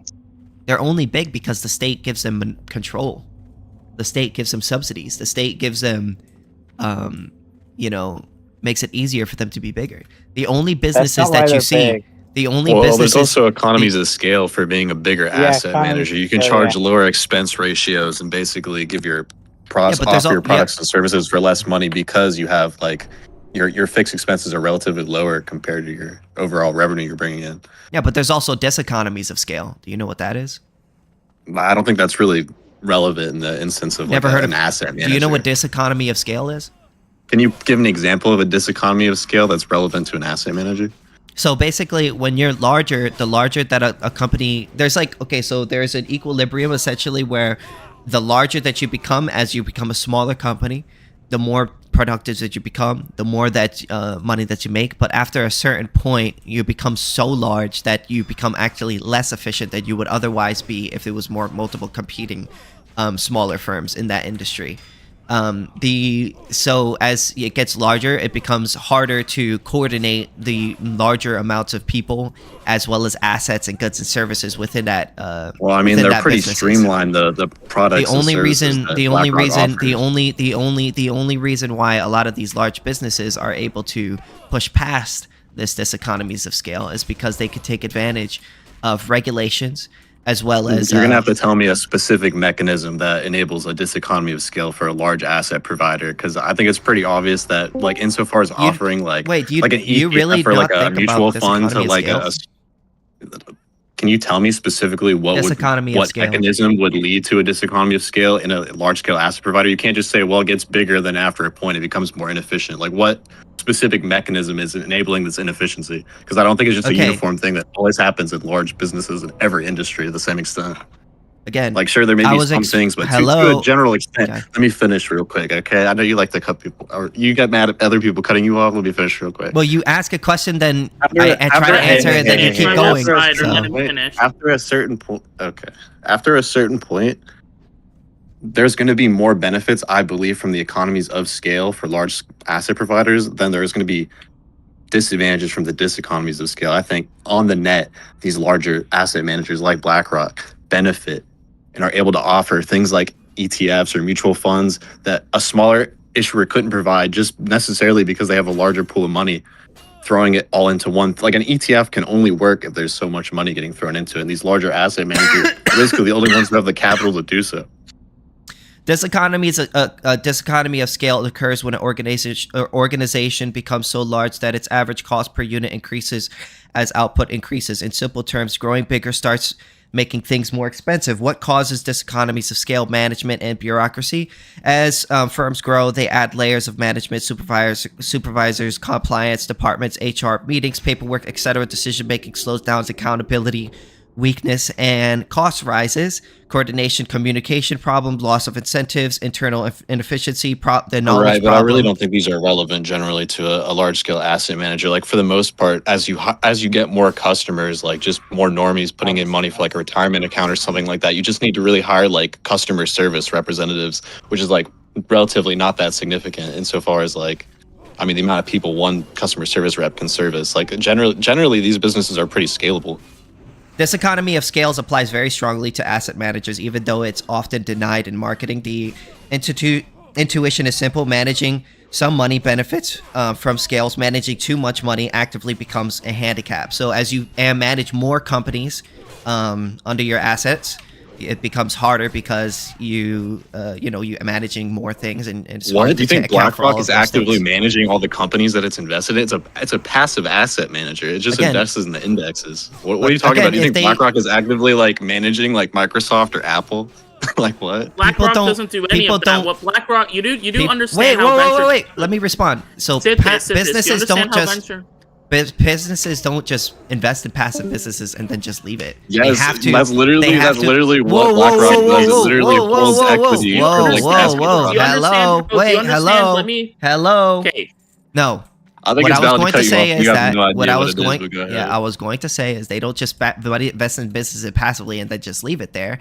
They have to invest into businesses that they know are going to stay giving passive income, and having that knowledge isn't always that easy. I mean, if anyone could just invest in passive income and be good for the rest of their lives, everybody would just do that.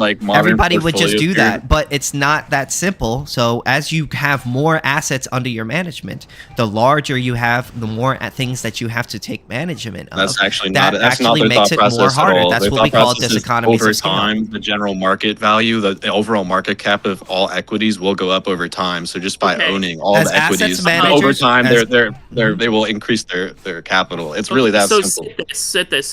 I want to ask you, right? Do you know how venture capital works? Venture capital? By the way, BlackRock is not do you know how private but equity either way, and venture capital fundamentally, works? Do you know how private? No. Answer my question, right? I want to know if you can explain to me, because I know how venture capital and private equity work, because I've gone to school for finance, so I know how this. So stuff venture capital is a works. high risk, high reward equity financing for startups that are too early, too risky, or too unconventional for banks or public markets. In short, VCs are funds and teams not proven to cash flow. So. Yeah, that's part of it, but private equity, right? Do you know how private equity works? Because you'll see this, right, where Subway, right, buys something like it seems Subway, like you don't right, even know what it is. No, I do. Okay, so private equity. This is you do realize this has nothing to do with the point, right? I'm trying to let me speak. You keep on interrupting me. So, for example, right, private equity, you buy these companies that are going bankrupt, or you buy companies, and then what you do is you will consolidate all the debt from those companies, and you'll put the debt from the purchases onto the companies. So these companies like Subway get bought out, the bank they go get the money to buy these companies, and then the companies goes and then puts the debt onto these companies, and gives them just a ridiculous amount of debt that they have to pay back to the private equity company. That's how the private equity works. Why is this relevant? That's what because you were asking. How is this relevant to diseconomy of scale? How is this relevant to diseconomy of scale? Private equity or venture capital? How is this relevant to diseconomy of scale? Well, I'm telling you because it's because now you have these companies that now you have these companies. This is irrelevant to diseconomy of scale. Other companies that are unable to pay these debts, and so they have to jack up the prices in order to do you pay think back these debts. BlackRock has anything to do with venture capital, private equity, or did you just bring it up as unrelated point? It's an unrelated point. I think he's just trying to dick measure. Oh, I have this degree and I have all this information and I want to seem smart by just blabbering it all, which has nothing to do with the conversation of diseconomy of scale. We're having a conversation about diseconomy of scale. That's what we're BlackRock talking about. doesn't really do too much about individual investments into companies. Like I said, they're more so of the mindset of minimizing unsystematic risk and just passively investing in generally the whole market. Because like I said, their overall mindset is that over time, by owning the whole market, the entirety of equities will increase. And that way they can kind of minimize the chances of just buying into some bad crap and underperforming necessarily. So basically, so you guys are in agreement with me on the diseconomy of scale stuff now, because I guess we're moving away from it. Okay, yeah, but so I was right about the diseconomy of scale thing, because I guess you guys are moving away from it. I mean, I was kind of getting back. Do you have to an argument for why diseconomy of scale isn't an actual economic Well, I would really like to see what I asked specifically what mechanism would cause BlackRock to have like a diseconomy Again, of I scale, make it told operate you. more inefficiently. And like I said, let me told you finish. You went already. ahead and gave the example of BlackRock is investing in managing multiple companies, and that got difficult. And then I said they hardly do that because they really don't. Like No, I no, said, you for didn't the listen most to what part, I said. You didn't listen that to is what I what you were said. saying. But No, tell me you how didn't I listen to what I said. misunderstood you. Please As explain. a company grows larger, they invest in more things. They have more okay, I'll go back to the paper that I was reading off of about Yeah, this but like economies of okay, scale. but like what So value wait, whoa, is whoa, the whoa, private whoa, whoa! equity Stop, company stop, stop, stop, bringing to stop, stop, companies? stop! Shut up. Diseconomy of scales occur when an organization becomes too large that its average cost per unit as an output increases. But I don't Growing believe that's bigger. true in the case of BlackRock.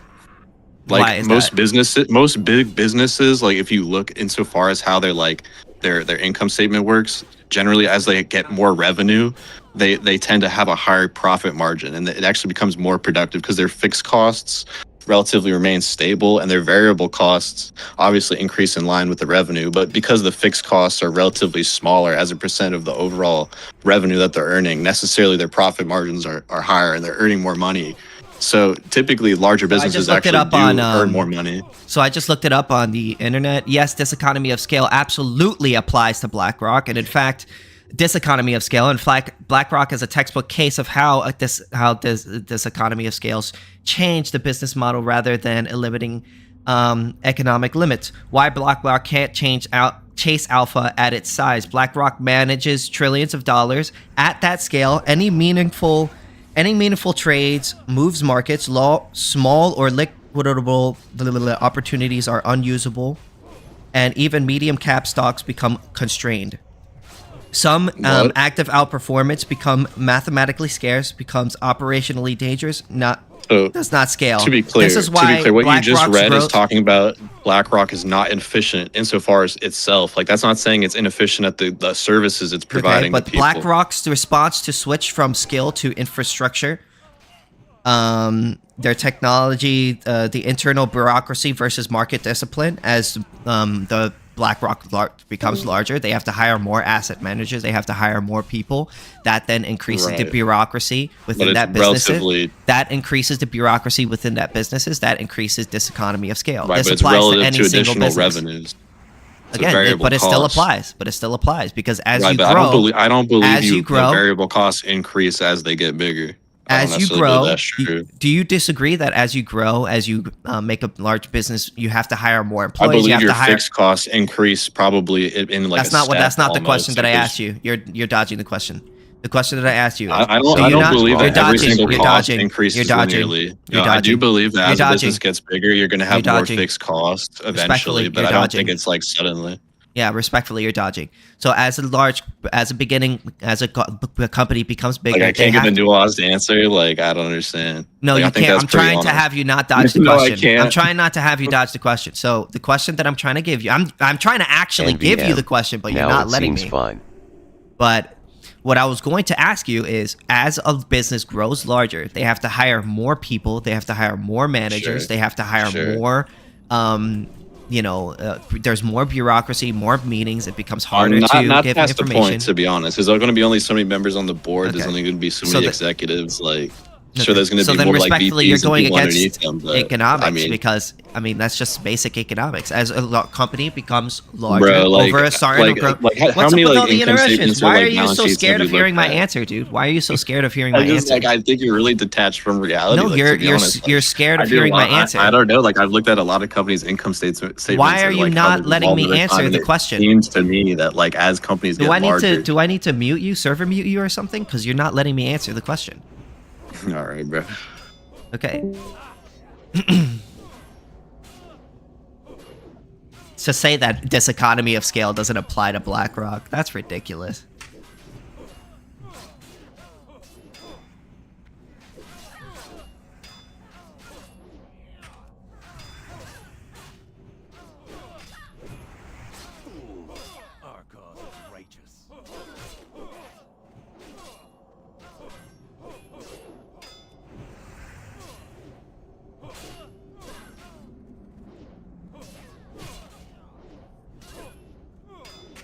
Bunny, are you still there? I guess not.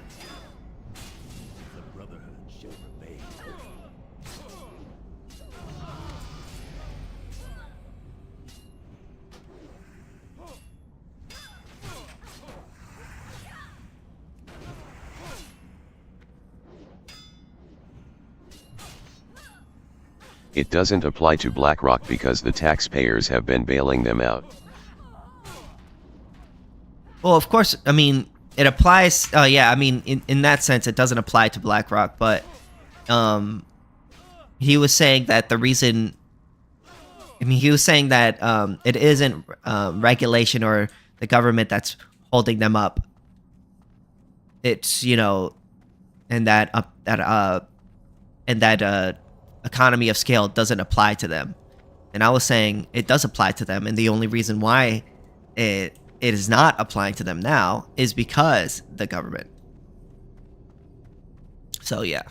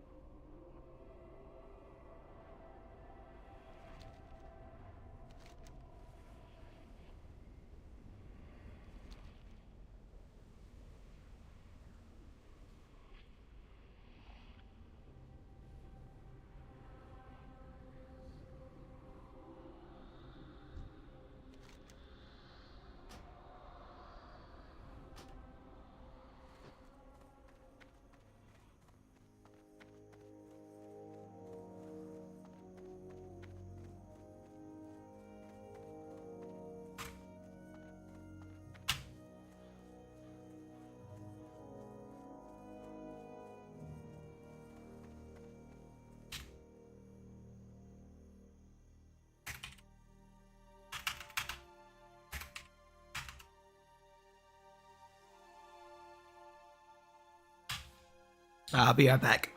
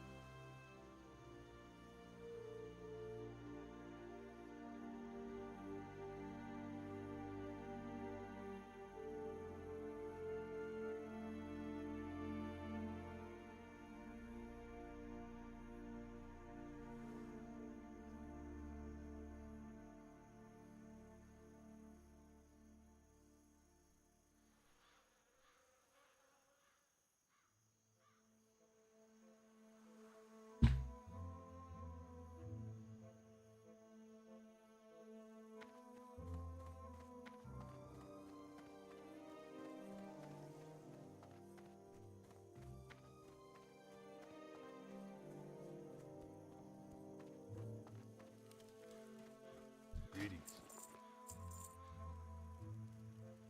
See you later.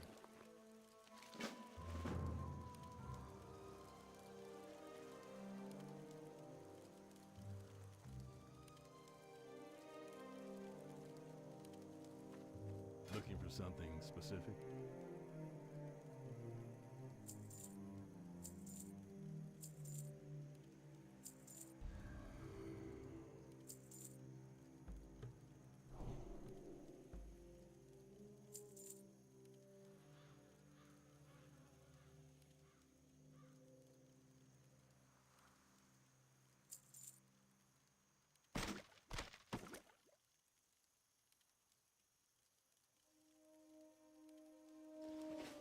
See you around.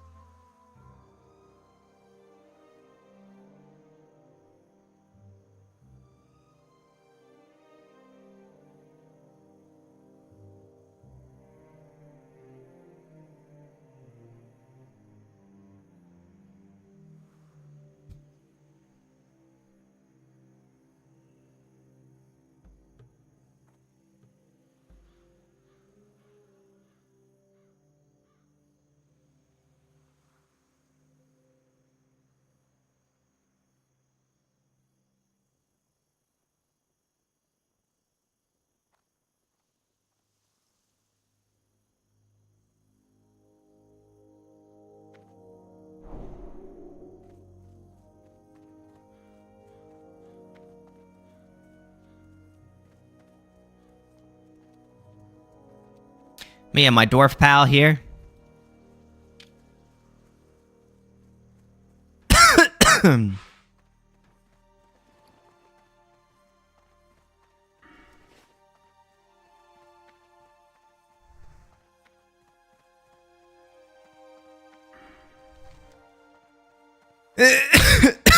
Excuse me.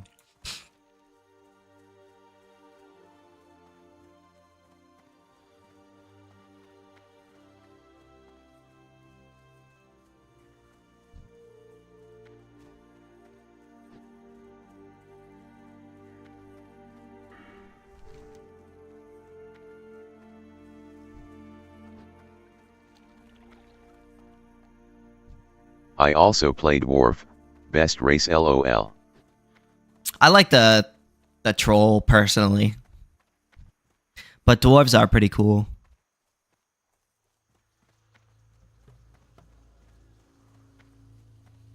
They are a hardy people.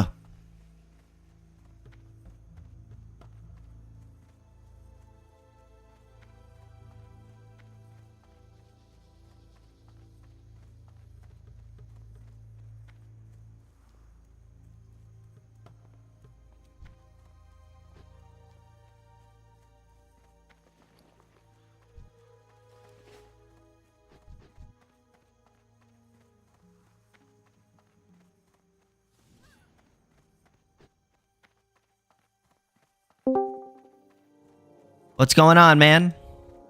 Not much, KingSithis. What are you doing? Playing some World of Warcraft, waiting for some people to join in to talk to about anarcho-capitalism. It's very nice. Mm-hmm. I have a very basic understanding of anarcho-capitalism. Yeah? So like, could you inform me some? Sure. And it's probably not the thing you wanted, but I would like to know. Yeah, no problem. So anarcho-capitalists are anarchists and capitalists. We don't believe in a state, but we also believe in capitalism. So, you know, we believe in completely privatizing the functions of the state while also, yeah, basically privatizing all of the functions of the state, basically. Because, you know, we believe that taxation is theft. So, like, hypothetically, like, who would run, like, it's a very dumb, like, very specific thing, but you know, I don't know what it's called particularly, but you know those people that come into, like, restaurants and check out if they're following health code and stuff? Like, Oh, you certain mean like inspectors? regulations? Yeah, yeah, exactly. Well, the thing is, we don't believe in regulations. We believe that if you want to go to a business and trust them, then, you know, you should be allowed to. But I do believe in there would probably be a there would probably be a market need for private accrediting agencies, which are businesses that get paid to give their badge on certain products if they meet a certain safety standard. And, Okay, understood. And certain people will, a lot of businesses will want to try to achieve that so that people will buy their goods because these accrediting agencies don't put their mark on anything. They put it on things that, you know, are good. It's like similar to like products having like the fair trade stamp, but instead it's like we don't cook food with our feet, like Indian stamp. You know? Like, so there could be certain businesses that could say, hey, we're not going to work with you if you don't, or if you're not accredited with these crediting agencies, and you know, and then people could like, that'll incentivize them to do that, you know, and yeah. Yeah. What about like police and like court and like judicial systems? Well, the police and the courts and stuff like that would all be held, I mean, dealt with by private insurance. Essentially, you have a private insurance company insure your goods and services, your body and your property against any sort of damage or property rights violation against another person. And if another person violates your rights, they will go to that person's rights enforcement agency or private insurance agency, and they'll be like, hey, your guy, he attacked my guy. And if the two insurance companies can't agree as to who is right and wrong in the situation, they will hire some sort of third-party private a court in order to settle the dispute. And what if it's certain disputes that could only be settled like prison time or like death?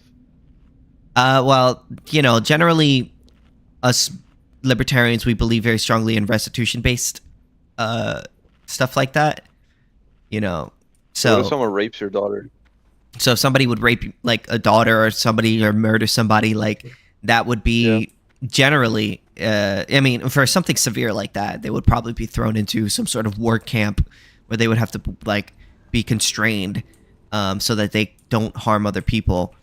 You know, kind of So like similar a to gulag. prisons. kind of like how they do with prisons. But for a lot of crimes that aren't violent, you would just pay restitution. But for violent crimes, you would probably have like a prison system for that. Okay. Mm-hmm. But it would be like a restitution-based prison. Oh, he left.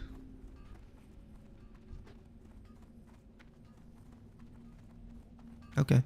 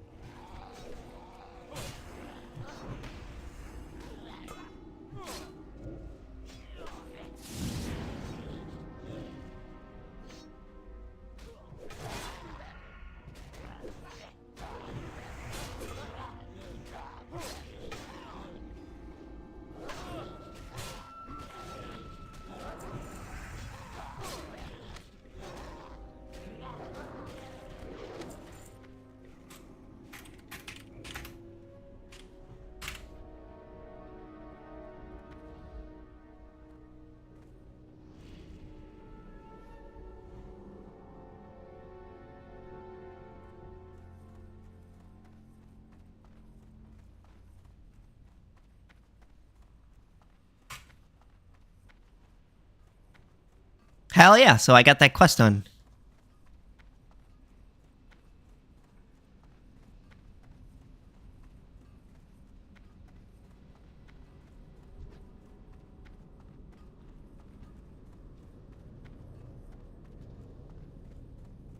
Hell yeah. Who said dwarves are assholes, am I right?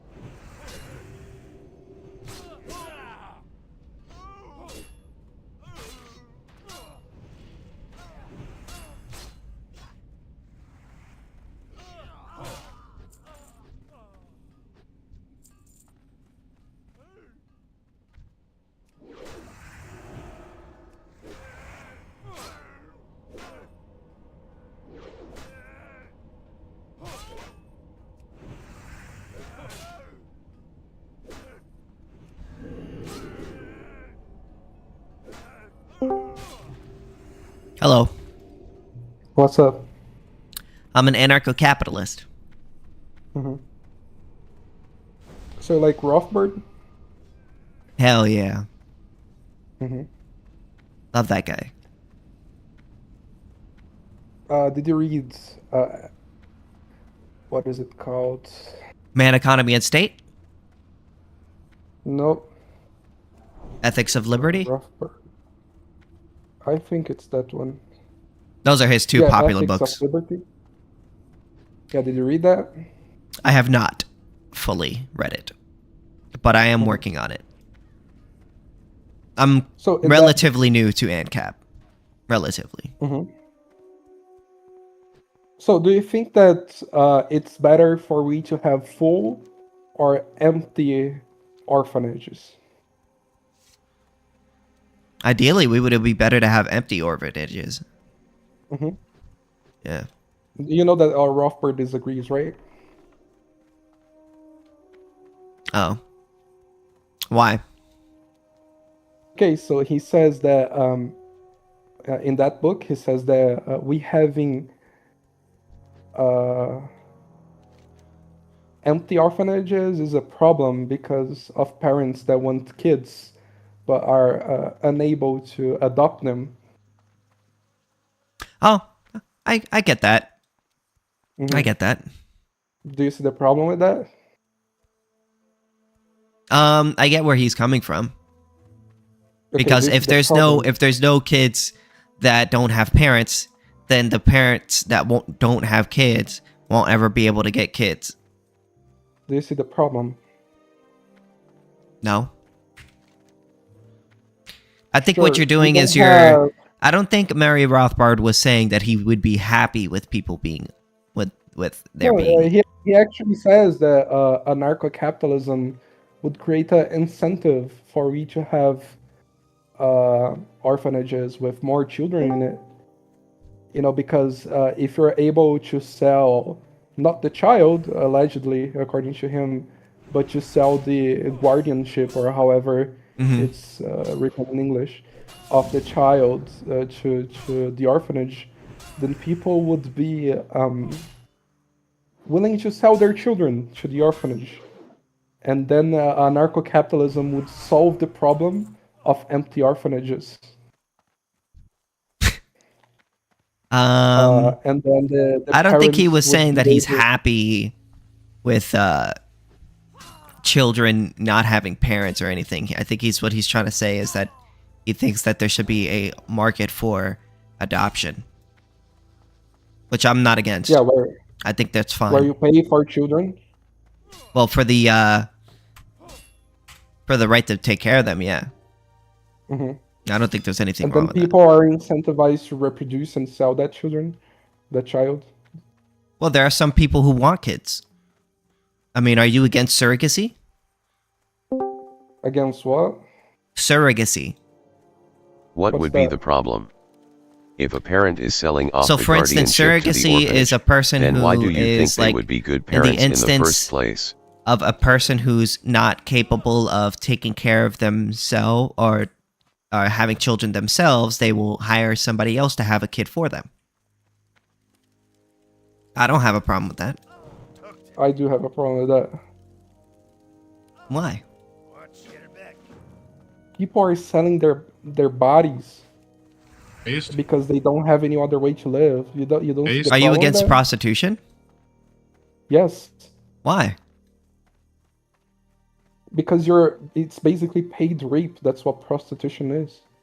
No, it's not. What if the woman is okay with it? Because you're coerced by the economy.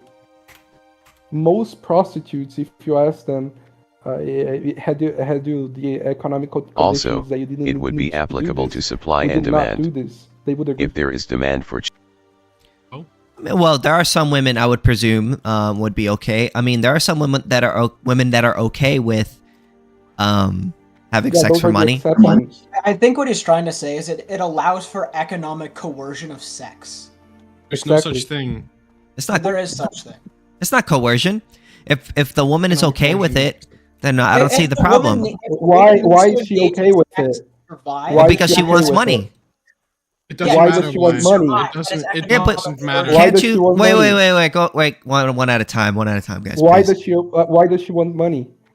Because she wants to pay her bills or something to buy Yeah, so stuff. because she's gotta eat, right? Mhm. So have sex or don't eat. Yeah, That but you doesn't could sound say like that a about coercion any to you? job. You could say that about any job. Yeah, you don't see the difference between working in telemarketing and prostituting yourself? Just And because life there's a difference? difference in the sense that No, you're just- doing a different job, but there isn't a Yeah, difference what's the in the difference sense. in that Wait, job? wait. There isn't a difference in the sense that you're using your body to gain resources in order How are you to using buy such things that you body? need. What are the psychological effects of the different ways you're using that body? I don't know. Depends on the You person. don't know? How do you think it feels to have sex with people you're not attracted to? But they don't have to. No? Yeah, they cannot eat, right? Yeah, but but that's still a choice, right? Yeah, it's not. But a you real could say that choice. about any job, right? You could say, oh, well, if you don't like for instance, if I were to say, oh, working at a 7-Eleven, like that's just so debilitating and degenerate. I don't think anyone should be allowed to work at 7-Eleven. Yeah. So Like, do you what would think you it's what a would you real say to that? choice? Would you Do say, you yeah, think- yeah? Would you agree with me on that, or would you like what would you say Yeah, to that? I agree that there's a level of coercion to any job. Would you agree with that? No, Why not? Didn't you just say that? because I don't You literally just actually. said I that. was using that as an example. I don't actually think that. You're using that as an example that any job has a level of coercion to it. Where No, I either don't think that. or you I'm don't just saying think that if you're gonna say that using your body to work in order to make money to live is coercion, then you could say that about working at 7-Eleven or something. Is it coercion though? No, Why not? because you don't have to work there. It's a choice What's the choice? to work there. Nobody's forcing you to work You at have- 7-Eleven, as far as I could tell. What if you don't find another job? Well, then that's on you. But like what I'm trying That's to tell on you you? is that no person is forcing you to You're work saying- at you're- 7-Eleven. okay, so- no, No stop. person is. So you're saying that we should ignore unemployment rates because it's an individual problem, not a I societal never problem. said that. I never said that. No, you said that unemployment is an individual problem. You said it's on you. It's not a societal problem, then, right? I never said that You it's not a shouldn't care- society. I'm not. Wait. What I'm saying, listen closely. What I'm saying is, nobody's forcing you to work at 7-Eleven, right? Okay, is unemployment a societal problem or individual problem? It's both. Both? Well, yeah. How come? It affects individuals and society. No. You're not understanding me. Unemployment, is it the fault of each individual person that is not employed? It Or is depends it on a the problem? situation. What causes people to be unemployed? It's what I'm asking. It depends on the situation. Like what? Sithis. Give me an There example. isn't one answer for all of this. It depends You can on. blame Sithis. You What can are the blame the answers state then? here. Like this is it's the point you were making, regardless to coercion, is completely irrelevant to the specific thing. Like, this is Yeah, what I'm trying to say is that you can- it's not coercion to work at it's 7-Eleven. you can say either way. Right, but the problem is that he has his own retarded definition of coercion that will make anything coercion. Coercion is every single action is coercive under this view. Pretty much. Because like, if I like, for instance, if I asked you to fix my car and I gave you $20 for it, that would be technically coercion because you need that money No. to live. No. I'm saying we are coerced to work. By who? You can choose to starve. You are so welcome to die. The only way you can do this is that you presuppose some positivist right to life. There is no such thing. You need to be able to prove that first. No, I'm To not argue saying that. any theory of If you're being coercion- coerced, to my argue question any to theory that of is by coercion, who? You have to argue By nature. that there is some violation of rights. That's not a by person. Dying. I'm not talking about rights. And your theory of coercion does not require a theory of rights, meaning it's I'm purely not talking about descriptive. rights. Yes, I know. I'm saying that your definition of coercion does not require a theory of rights. I'm saying that is a huge problem when you're trying to make normative justifications for banning things. I'm not trying to do any normative justifications for anything. You specifically stated that you were against sex work. That is a normative claim. Yeah, that is a normative claim. You're basically saying that I think that that's immoral or that it's coercion. So if you think it's coercion, you have to explain why you think it's coercion. I think it's I do believe that sex work is coercive. Okay, there are two different discussions here. I do agree that there's a certain level of morality to the of moral discussion to the sex work thing. Okay, but when it comes to the economy being inherently coercive, I'm not trying to do any moral What I'm saying is that justifications there. I'm saying economic coercion doesn't exist. So if you're defining coercion like this, it's irrelevant to choice. And I'm saying there's nothing wrong with coercion. Yeah, coercion is only relevant when you have a person that is doing the coercing. If you're saying, oh, I have to eat in order to live, well, that's just a fact of reality. That isn't, like, if you're saying you're being coerced, my question is going to be, well, by who? Who's coercing you? And if it's by no one, well then, yeah, but that's not a person. No, nature's agree. not a person. I don't So think- there's no one you I can don't hold think that responsible coercion for only that. happens because of nature. But then who is coercing you then? Nature. I don't. But think that's not a person. The point is I that agree.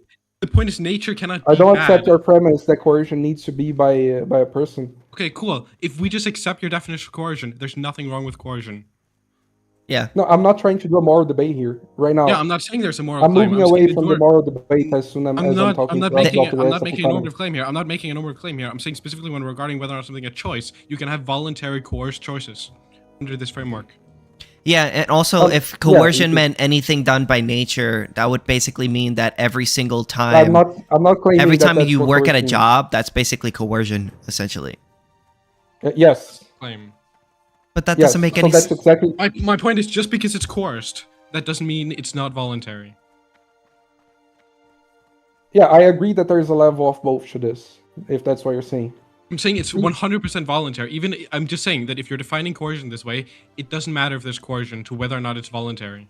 I mean, it's voluntary in the sense that nobody's forcing you to work at a job. No person is forcing No, you, there's right? something forcing you to work. That's what I'm trying to explain here. Yeah, but it's not a person that's There's forcing something you. that forces You people can to choose work. to die. You can choose to die.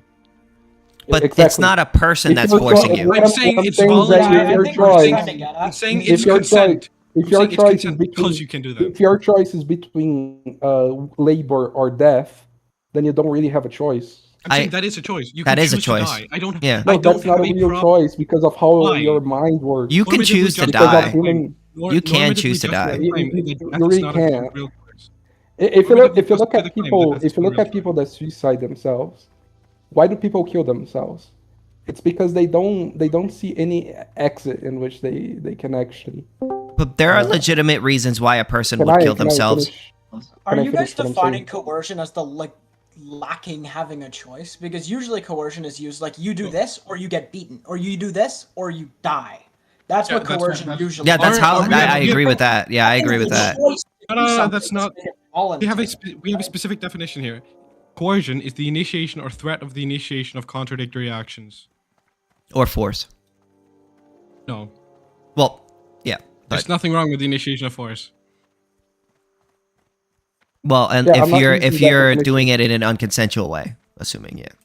Not necessarily. If someone frauds me and I use force to get that money back, I'm initiating force because fraud is not force. Okay, yeah, I you're have a right. You're normal right. problem Initiating a initiating force. conflict, yeah, yeah. That's why we changed the definition in libertarian theory to the initiation of conflict. I see. Conflict being defined as mutually exclusive actions. Yeah, that's not what I'm talking about. Yeah, what I mean exactly what Bella Delphine is perfect trying to agreement. say, what Bella Delphine is trying to say is that if there's no person that you could hold responsible for the fact that you go hungry, I I'm mean, not talking about morality here. I'm not trying to do a. yeah, but moral you're saying distinction. that coercion is a moral claim. Like if you're saying that No, someone's I'm being not coerced, talking that's about a morality again. I don't know how many times I need to repeat No, this. I'm saying that you have to be able to make the claim that death is not a valid choice. You have to normatively justify that. Mm-hmm. No, it's not a real choice. Why not? Why can't Why you not? choose Because to people don't die? choose. If Because you're so welcome to die, usually, justify why it's because not. usually healthy people are not going to choose death. I don't care. Healthy You are welcome people. to choose to die. I mean, people can choose to If you're die. presented with a choice, death or something else, that's literally what people mean by coercion. Yeah, that's your definition of coercion. I reject your definition of coercion. I don't care for this definition of coercion because I still think it's voluntary. I think there's Okay, so coerced when- voluntary. There's coerced voluntary When you- choices under your I'm definition. not. So when you're presented with a choice, you either die or you do B. You don't think that's coercive? Not No. inherently. Not inherently, no. Okay. Because no one's forcing you to do anything. Yeah, death is forcing you to do the other option. That's not a person. That's not a person. I'm not claiming that there is a person Hold on, forcing you. I'm asking. Is coercion an action? Is coercion not necessarily? Okay, great. I don't have a problem with coercion that are not actions. I don't care for them. I don't think. Yeah, they have I'm not any talking about relevant actions. choice. Yeah, I know. I say I don't care for the definition. I'm saying that's useless to whether or not it's voluntary. Mm-hmm. Yeah, I'm not talking about it being voluntary. That's your claim. Your claim is that it's not voluntary because it's coerced, and the coerced is not an action. No, I'm That's not. I'm literally not your talking claim. about it. I never once used the word voluntary. You said it's not a real choice. What do you think that means? Yeah, if you're saying it's That you coercive, that means actually you're saying it's only have one involuntary. choice. You said it's You rape, actually meaning want- not consensual. Not consensual means that it's not voluntary. So you do agree if someone like walks up to you, puts a gun to your head, and says, "Have sex with me," and you do, that was not rape. That was voluntary, right? That they're was giving rape consent. because I That is own my rape. body. There is a Oh, coercer. okay. So There that, is that a coercer not force, because there but is a that's- coercer. Nature cannot coerce you. There is the person with the gun is coercing you. Nature cannot coerce you. That's my definition. That's Yeah, the nature is not a consequence is the same, person. it's still Nature there. is not a person. If you It has don't nothing eat, to do you with die. someone You- It has says- nothing. It has nothing to do with the death. It has to do with the other actor. Yeah, so if I come up to you and I say, if you don't do this to me, I'm going to do X to you, I'm threatening you with force. I'm threatening to do something to you with force if you don't do X for me. Yeah, No I'm trying to person, if explain you to don't is work, that, well, wait. If you don't work and you die of starvation because of that, no person is coming up to you and saying, I'm going to do X to you if you don't do this for me. yeah, but the context is saying that to you. The No, context of no one is nature saying if anything you to don't- you. the No person context- is doing the anything con- to you. You are in a context in nature where your body needs food. But you would If agree if that you no don't eat- person is doing if you anything don't- to you. I'm not claiming. Yes, I agree with that. I'm not claiming Okay, that so there is then a person coercing it isn't okay. So then there's no person whom you can hold responsible for Yeah, I'm not saying that that there coercion. is.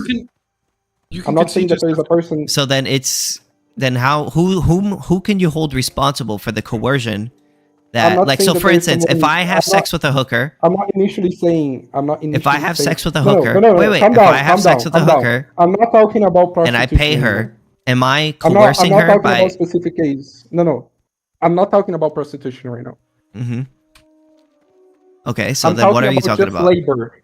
Okay, for example, there's a scenario where I put a gun to your head and I say, you do something that I want or you die. Yeah. You'd agree that that's coercive. Yes. Why would you agree that that's coercive? Because you're gonna do something to that person if they don't listen to you. Okay, what am I gonna do to that person? You're gonna kill them. Okay, what I'm trying to explain to you is that nature also kills you. Is that a if person? You don't do... No, it's not. So then who can you Right, hold so there's responsible? not- Who can you I'm hold not saying that you responsible? should. I'm not No, trying to do bitter, a moral discussion. bitter, listen I'm to not me. trying to do. Bitter, it's not- stop, you listen. stop. No, you're not you listen. listening. You're You're not not- listening. you're the not one that's not listening. You're not listening. listening. You're Stop not talking. listening. Stop You're not talking. listening. Am I Bitter. saying? Am I saying that anyone should be held responsible? Did I say that once? Then how will you, then it's not coercion then. Stop. No. Again, I'm not saying that anyone should. Then who do you hold held responsible? Can you listen to me without interrupting?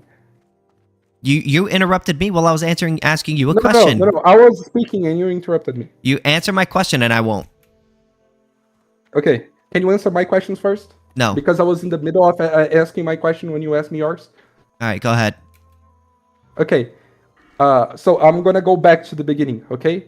Why is it that when I put a gun to your head and say you do this or I kill you, why is that coercive? Because you are threatening is the initiation of force against a person who has done nothing wrong. I'm threatening to take your life, right? If Yes. you don't do what I say. Mhm. Yes. What I'm trying to explain to you is that nature can also take your life. Do you agree with that? That Yes. nature takes people's lives. But there's a difference, right? Between nature and a person, right? I'm not okay. Can I finish my line of thought first? Go ahead. Okay. Nature can take your life if you don't do certain stuff. Would you agree with that? Yes. So, for example, if you don't eat, nature is gonna take your life. Yes. Yes. So is it so? If you agree that it's not a real choice when your options are, It is a real either choice. Work, I don't agree with that. is it a real choice when I put a gun to your head and you say you do what I tell you or I kill you? Yes. No, it's not a choice. Okay. It's Well, not I mean, a it choice. is a well. Actually, it is a choice, but the issue here is that it's unconsensual, and the reason why, the issue isn't that you have a choice. The issue is that it's unconsensual. You're not consenting to the death. I'm not talking about Whereas with the job, I'm not talking if about you consensus. choose not to work and you die as a result of that, I'm not talking you're about choosing. consensus. Well, that's what I'm talking about. I'm Yeah, talking what about consent. Talking about is coercion. Yeah. Yeah, well, and I'm talking coercion about is the opposite of consent. Not necessarily. It is. You either are consenting or you're coercing that person. There's no middle ground. Oh, so when I put a gun to your head, Then you're coercing me. I'm coercing you, right? Yes. Because I'm threatening you. Yeah, and you're a person. Only people can coerce you. Nature So cannot nature coerce can- you Why? because it's not a person. Is it not the case that if you don't do certain stuff, nature is gonna kill you? Nature does not kill you. Your body dies from Yeah, natural you- causes. you already agreed Your to that. body dies of natural you already causes. agreed that nature Your- kills you. Is that Do not you want to nature- hear the answer or is no? that- Do you want to hear the answer or no? Go ahead. Go ahead. Go ahead. Okay. Nature is not a person. It doesn't go up to you and kill you. What happens is you die of natural causes. I have an easy way to dispute. I have an easy way to dispute this. Is killing someone an action? Yes. I'm asking. Yeah, you could say that. Okay. Can nature act? Yes. Oh. In that sense, yes. Because nature kills Nature people. employs scarce mean towards chosen ends. Can nature choose? No. And it Like cannot act. nature doesn't have a persona behind it, if that's what you're saying. So therefore, it can't act. Killing is an action, right? Nature cannot act because it cannot choose. Like it acts, but not on choice. It's a force Action of is nature. defined as employing a scarce mean towards a chosen end. Is that how action is defined? Yes. Isn't it any That's verb when we on use action? prax, yeah.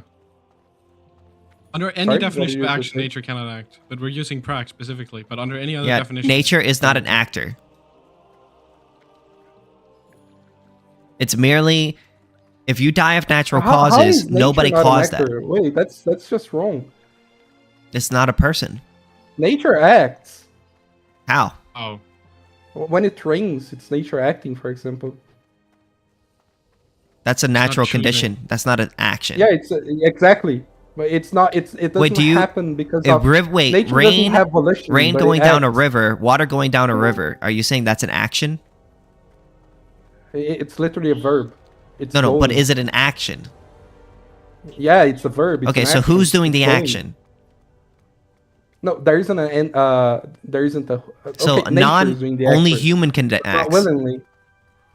So, Not like nature is acting. so but not if willingly. it's Like, it not doesn't have willing, then volition, it's but not it acts. choosing. Yeah, it doesn't choose, but it acts. Okay, so then it's not acting. Only choose, No, it only acts things without that can choose, only things that can make choose between two alternatives can act. No, Because you only just there gave an example of something that doesn't choose and acts, which is nature. it doesn't act. Nature does not act. It's not a being. It's not a person. Bro, I can see how you don't understand the coercion that naturally exists between you either work or you die. Nature does not act. Tell me what's wrong with that. Okay. No, I'm not saying that there's something wrong with it. Okay, so then you agree with me. I'm not okay. So I'm not saying, I'm not trying to have a moral discussion. This It's is not what, a moral where- discussion. where- This is not even a moral. That is not even a moral claim. That nature does not act is not a when you moral say claim. What's wrong with Nature it, does when not you say listen. what's Nature wrong does with not it, act is not a moral when you claim. say what's Is that a wrong moral with it, claim? when you say Is that a when you moral? say- Is when saying you- nature that's not the acting moral is that a claim. moral No, claim? that is not the moral claim that you Okay, made. so I'm What- merely the moral asking claim you. that you I made am is merely. what's wrong I am with merely it, implying ask. that I there's am something merely morally wrong asking with you it. if nature I can ju- act. I just gave I you am what's merely the- what's the asking. moral I am claim. Are merely you listening asking to you me? if Or nature are you can gonna keep act. interrupting Can me? nature Are you act? gonna keep interrupting me? Yes. Did If you you hear don't my answer the answer? question, I am. Did you hear my answer? Did you hear my answer? Can nature act? Yes or no? Did you hear my answer? Answer it. Okay, that's not where the morality in the discussion is Okay, coming that's up. not what I When asked you. ask what That's is not. wrong That's not with what I it, asked you. okay, go ahead. Can nature act? Yes. So okay, so then it could choose between two alternatives. No. So then it can't act. It can act without choosing. How can someone act without choosing? When you only have one choice, for example, or when you don't have the mind to make choices. But So then you're it's not still an acting. actor. It is Nature doesn't acting have. without Nature choosing. has a mind. No, I'm saying it doesn't. Okay, so then it can't act. It can without choosing, without having a mind. Okay. Wow. I don't know what to say, It's bro. literally called an act of nature. It's not acting. It's not acting. There's no person making a choice. There's no thing making a choice. I agree. There's not a person making a choice. There's I'm no saying thing. that There's no acting is thing not making that. a choice. Nothing is making a choice. I agree that nothing Okay, is so making a therefore it's choice. not You're running in acting. circles. You're running in circles. This is useless to debate. Please. This is so Guys. fucking retarded. Oh my god. Guys, please. I agree, you are retarded. No, you. Wow. This is pushing on a point that is relatively unimportant What to are you debate right talking now. about? I mean, it is relative to the debate because he's talking about. He's saying that. To the point. You can easily refute it by going into practice. The problem is that it's not necessary. You can refute this retarded argument some like 10,000 other ways. Okay, then do it. No, what I'm simply explaining. But you're saying is that I'm dumb when for bringing up this argument, so bring a better argument. I'm not saying you're dumb. I'm not saying you're dumb. I'm just saying that you guys are uselessly running in circles. That's Okay, all then I'm bring a saying. better. Then bring a better argument. I don't know what to tell you. Do you I'll have a bring better argument or no? argument. I have a better argument. Trust me. Okay, go. Well, what are y'all talking about? Okay, then you don't have a better argument. Shut the fuck up. I don't. I do have an argument here. I'm saying that if I accept your definition of coercion and that nature can act, nature can coerce you, nature can kill you, right? I'm simply asking you here, why is coercion relevant to consent or choice? I'm not saying it is relevant to consent or choice. I'm saying that that's okay. You specifically stated that it was not a real choice to choose to die. Yeah. Also, why are we arguing over like can nature coerce you? That's kind of irrelevant to the whole thing that we're talking about. It's talking about like the ability for people to coerce you. If nature can coerce you, it's kind of irrelevant, no? It is. I agree. It is irrelevant because nature is not a person. If we accept the idea that nature can coerce you, then it's irrelevant to then nature is irrelevant to the capture of consent, meaning you're defining coercion outside of consent. Meaning you can have voluntary coerced actions under your definition. Yeah, it's not like it's consent in the sense that you don't have a choice other to so Can I answer that before you interrupt me? Okay, so there's a thing with truth and nature and reality, which is that it imposes itself, right? So basically, yes, you don't have a choice really, other than the reality that you live in, you know. We could have debates about, for example, solipsism and how we don't really know anything and all of that. That's a debate that could happen, you know. But in the end of the day, you're gonna have to live as this is your real world. In the end of the day, even though you can have all the philosophical discussion, nature imposes itself. That's what I'm talking about. That's what coercive about nature. Like in the end of the day, you gotta deal with the reality that you are living in, and part of that reality. I never even denied this. Yeah, I think what you're trying to bring up didn't even here deny is this. Part of that reality. Go ahead. Yeah, okay, so I think what you're trying to bring up here in a really, really roundabout way, at least from how I'm hearing you say it, is that nature isn't coercing you, but it's causing a danger that allows for others to come in and use that as coercion, right? Because it doesn't require for someone to create a danger to coerce you, but if the danger is already there and they have the solution and they'll only do that and they'll only give you a form of a solution, or they'll only extend you for a longer period of time. But if you do something for them, it's that or death that is caused. Okay, so for starters, what I'm trying to argue is that all labor is forced labor. All labor, that's the initial thing that I'm trying to argue, because there's not really an option if your choices are labor and death. You don't really have a choice. You just keep presupping it. Yeah, you can't justify that statement. You just keep presupposing yourself. You're just begging the question. You can't actually prove that. I'm saying that dying is a totally valid choice and it's irrelevant to consent. I'm not saying that it's valid or not. I'm saying it's a valid choice. You said it's not a valid choice. I'm saying it is a valid choice. I'm saying that people don't really choose death because of how they're biologically People can choose death. Okay, so according I agree they can. Okay, so then it can be a valid choice. I'm saying that they don't choose. But they So can't. I have the option. If I if I have the option, no, if I have the option to work 8 hours a day in a coal mine or starve to death, I am still choosing to work in the coal mine because I can choose to starve to death. Yeah, but that's not really a choice, is it? That's my point. You just keep begging the question. You keep saying that. Why is that not a valid choice? Why can I not choose No, to I'm die? I'm not talking about valid. Like I'm not gonna condemn you if you don't work. You said it's not really a choice. That's what you said. You specifically said it's not really a because choice. because what you're gonna choose, we already know. We know that people don't treat dying as a real option. That's It doesn't what I'm matter. saying. You can choose it. You can choose it. That's Okay, Bitter. How about this all that example? matters. It is a Let's say valid you're choice. really, I'm let's say talking you're about what terminally people ill. choose. Bitter. Just hear this example, and let's say you're terminally ill. You have a disease that causes you like severe pain every single day, and you want to die. You just want to end your life because you don't want to feel the pain anymore. Would you consider that to be a valid form of suicide? Yeah. Okay, so then it is a choice. If someone is drowning, In that scenario, right, yeah. and I say, But that's I'll not the save you scenario that I'm only if talking you about. is that I didn't cause that drowning, by the way. I didn't push them in or anything. Nature caused the drowning. Mhm. Is that sexual? Is that sex consensual? What sex? Wait, say Yeah, say it they again. agree to have sex. Okay, so if someone is drowning, and I Mhm. say I'll save you only if you have sex with me, I didn't cause the drowning. I didn't push them in or anything. Nature is what is causing them to drown. They slipped or something. Is Are they that agreeing sex? to the Because sex? Yes, it's consensual. yeah, they Yes, it's agree consensual. with that Well, then other- yeah, it's over- consensual. Then yeah. over dying. So okay, yeah. If so they it's good. agree, assuming that they agree to the consent to the sex, then yes.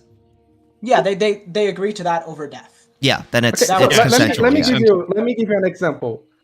When if a boss goes to a employee, let's say the secretary, and he says, "I'm gonna give you a raise if you have sex with me." That's fine. That's fine. Yeah. I mean, morally, I would say it's probably not nice to do, but legally, there's nothing legally. He's not aggressing against him in any way. Like for another example, right? Like I think that sex for rent is perfectly fine. Yeah. You don't see the problem in the boss going to the employee and saying, "Have sex with me," or not getting promoted. You don't see the problem in that. Well, morally, I see a problem with that, but legally, no, because he's not aggressing. Well, I mean, legally, isn't that sexual harassment? Legally, there's a problem with that in most countries. Well, I mean, harassment would require No. Coercion doesn't require a direct threat of physical harm. It just offering requires somebody, making an offer is not It harassment. does under our definition. It does Yeah, under our definition. making an That's offer for is not sex. harassment. just Making an You're offer using- is not harassment. Yeah, you're using your economical power to force the other person to have Wait, sex with guys, you. one at a time. Bitter, go ahead. You're using your economical power to force the other person to have sex with you. Making choose an to offer die. is not coercion. Well, I mean, Again, in this scenario, it is. No, it's Aren't not. there, like, Or actual I could just say, "No, conditions? I'm offering you to give you Begging my the question. for you to You give just my keep begging money, the question. or I'm gonna kill you." Retarded. Well, I mean, if aren't there it's act- one thing if you push them into the river, but if they got there on their own and you say, I don't want to, you shouldn't have to be forced to put yourself in harm's way to save another person. Yeah, but if you How is if you the say boss being put in harm's way? if you say you have to do this with me, otherwise I won't save you, that is coercion. I don't think so, because you're not forcing them. They're saying yes. That's You true. are forcing them. It's not- What if they're Yeah, that okay is with force, it? But though. what if they're okay with it? Oh my Coercion god. isn't necessarily like physical force. Okay. Yeah, No, you have that, to- yeah, so it's not Shut up. force. We have two. And that is we have, still force. we you guys have two different definitions of coercion. Okay. It doesn't I'm matter using here. the Oxford Dictionary's version. Oh, there's only Yeah, one. I know. If we accept the Oxford definition, if you ask 99% of people what libertarians don't consider coercion, you guys would consider coercion. Yeah, we're not going by the I'm Oxford saying that definition. We coercion have a is irrelevant. libertarian's view of it. I'm saying What's that your- what's Yeah, well, the problem. coercion. Put it in the chat. Wait, let him go, let him irrelevant to go. Consent under your definition. Coercion Type- would be type your completely definition. irrelevant to consent under your definition. Under my definition, it Yeah, is but the we're not background talking is about- persuading someone to do something using force or threats, which is a pretty comprehensive definition of coercion. Yeah, but And you that's put not a your- force or threat. That's not Coercion- even a threat. I'm saying no. It is Yeah, it is a technically threat. it It's is. a threat of It death. is a threat of something. Or All I'm using- saying. So can you put your definition in the chat? I don't have to keep asking for it the moment. Okay, I'll just. It doesn't matter what his definition is. There's Okay, I can. only one I can definition. just- He is the one hosting the debate. But So yes, his yeah, definition.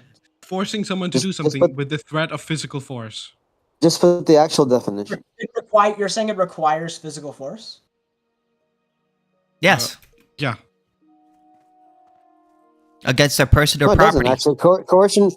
Coercion doesn't require physical force. I mean, does it I'm saying actually? under our definition it does. I'm saying that if it doesn't require the threat of physical force, then coercion is irrelevant to consent. You can have consensual coerced actions under that definition.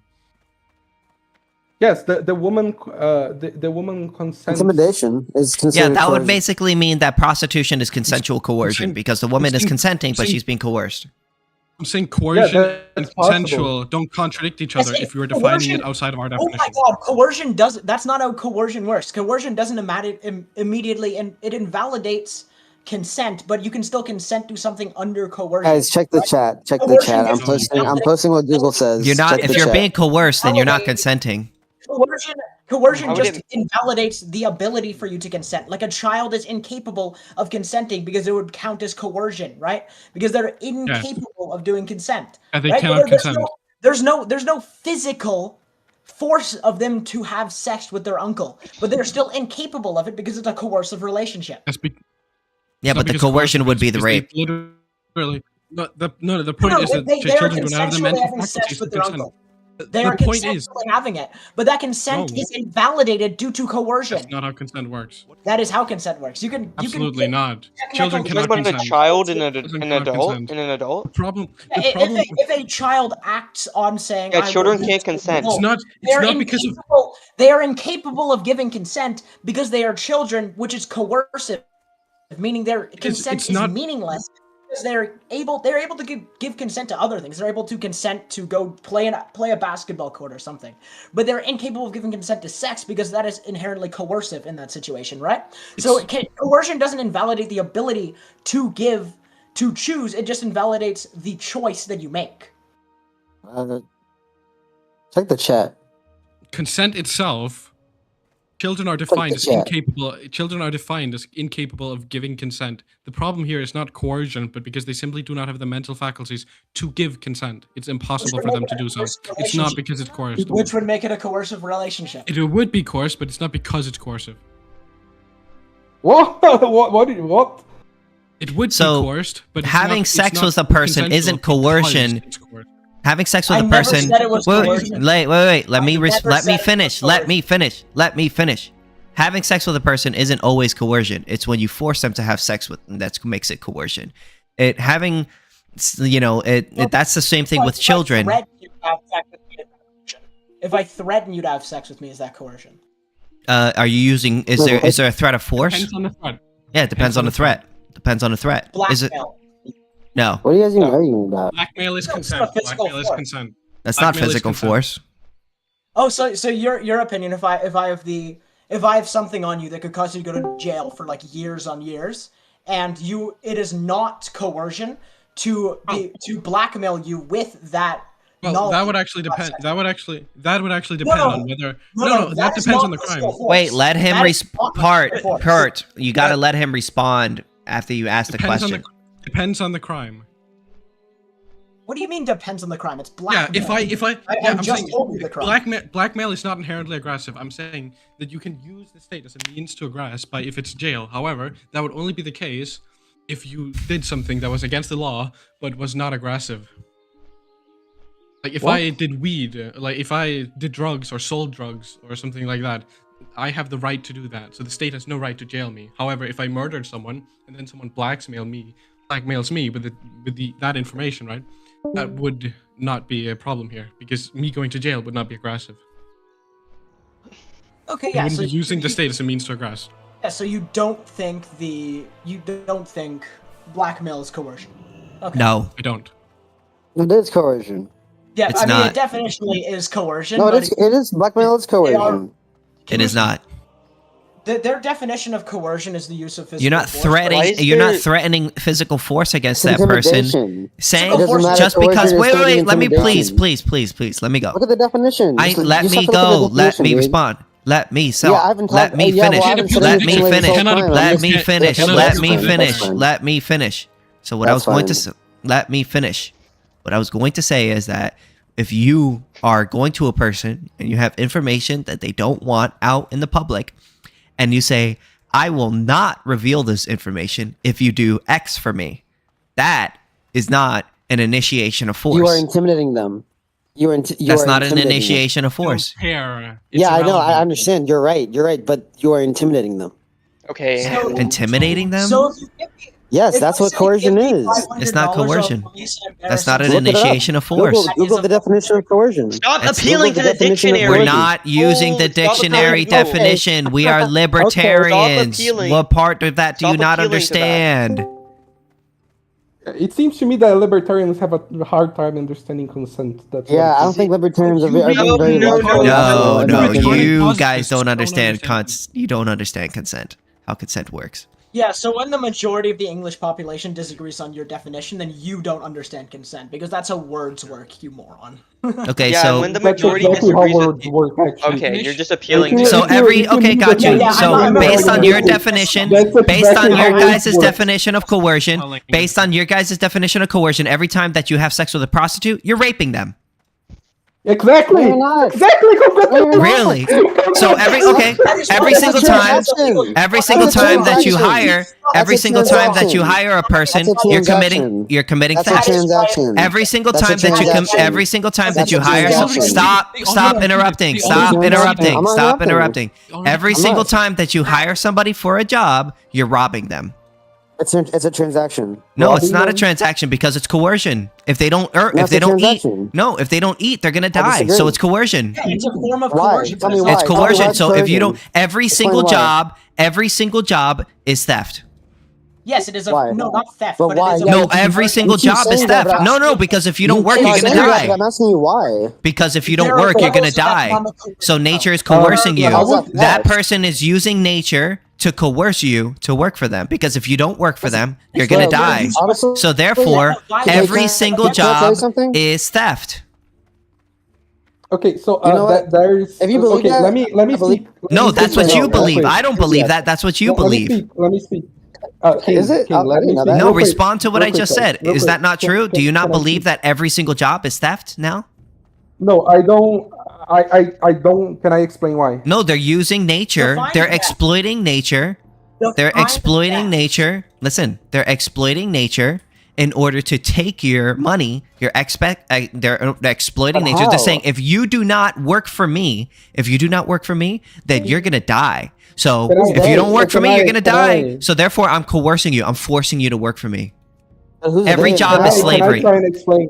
Every Okay, job so is can I slavery. explain- Guys, Okay, this King, is can this I? is Can going I? to No. Can I because their speak real quick? definition of coercion Can I- is so outlandishly absurd. No, that's that- your definition of coercion. You're saying No, that no, if your you definition if of you coercion- exploit nature, No, no, if you no. exploit I nature understand to get someone to do don't something for you, if you exploit nature to get someone to do something for you, you are coercing that person. So therefore, because that if they means have- if they have a that lack means of that means that options, if every they have a single lack of job, options- every single no, job no. is slavery. Oh my God, They're you are such like a exploiting. black and white. They're Are you going to exploiting answer- Are you nature. going to let me talk, or are you They're gonna continuously exploit. talk over I me? will let you go after you let me finish. After you let me finish, I will go. Let you go. You interrupted me first. You've been. I don't talking- care. Okay, can So- I? Yeah, Guys, King, can I you speak? keep interrupting people, King. No, Can you please it's let slavery. people So talk? you Can I guys speak support real quick? slavery. No. Oh my God. King, let It people is talk, slavery. Can I please. speak, guys? Let me speak. Let me speak real quick. I wanna say something. I wanna say something It real is quick. a form of slavery if you have Okay, no other. stop. Yeah, so I'm talking jobs now, are boy. slavery. So jobs are slavery. Guys, No, let not all me jobs speak. are slavery. Guys. Oh my God. No, they're exploiting real quick. nature. They're exploiting nature because if you don't work for them, you're gonna die. Do you not agree that if you don't work, you're gonna die? Do you guys not agree? Do you guys not agree that if you don't work, you're gonna die? If you don't work, you're gonna die, right? Other people talking is crazy. You know what I mean? Let me speak. Let me speak. Genuinely. Let me speak. Let me speak. Let me speak. Bitter, go ahead. Go ahead, Bitter. Thank you. Okay. So when you say that every job is robbery, not Or slavery. necessarily. Lots of jobs. You have no other option. If you have no other options than the Can job. I speak? He was going. Stop Can I interrupting. speak? Stop. Can I Let him speak? go. Let him go. For just 1 Can I second, speak? please. Please. Yes, please. Let me speak. So I wouldn't say exactly robbery, because robbery involves. It is slavery, though. Oh my God, King! I'm just clarifying. Can I speak? You don't need to. He'll clarify. Let him talk. So robbery involves me subtracting something from you.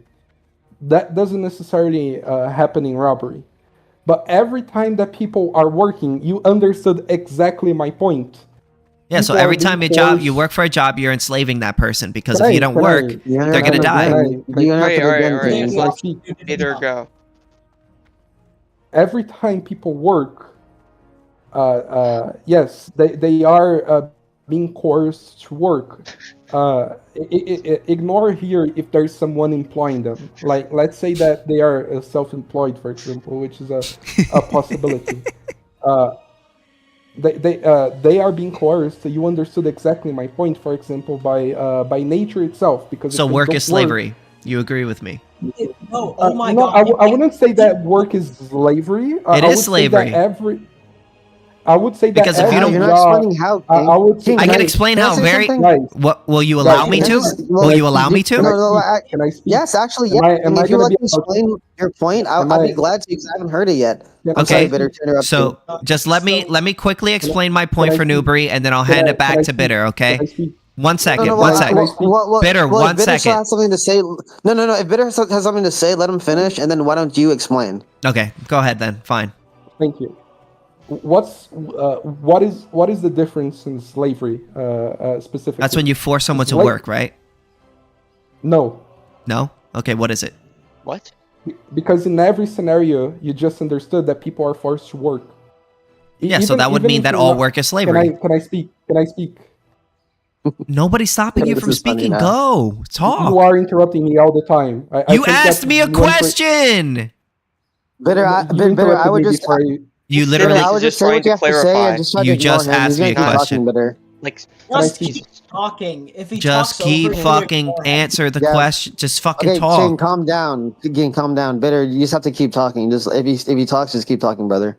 Just keep going. Okay, so people don't necessarily call every job slavery. We call a certain type, a very specific type of job slavery. But every job is coerced. What is the difference between all the jobs that are coerced and slavery, specifically slavery? In slavery, you don't keep what you produce. Slavery is productive labor. Not every labor is productive. If you want, I can explain what is productive labor, where you don't keep the produce of your of your labor. But it can have. It is possible for there to exist labor where you keep 100% of what you produce. For example, when you are a hunter-gatherer, you keep everything of what you produce, but you are still being coerced to work by nature itself. You understood exactly the point.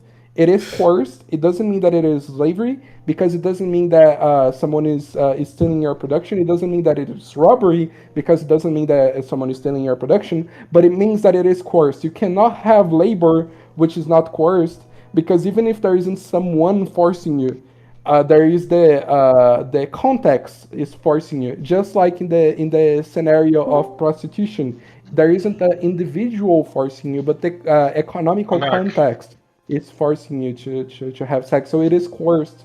Every labor, even though it is not slavery or robbery. Got you. That's So, what Bitter, I- just want a quick yes or no to this question. If I pull a gun to you and I tell you suck my dick, and then afterwards I give you $20, is that not slavery because I gave you $20 afterwards?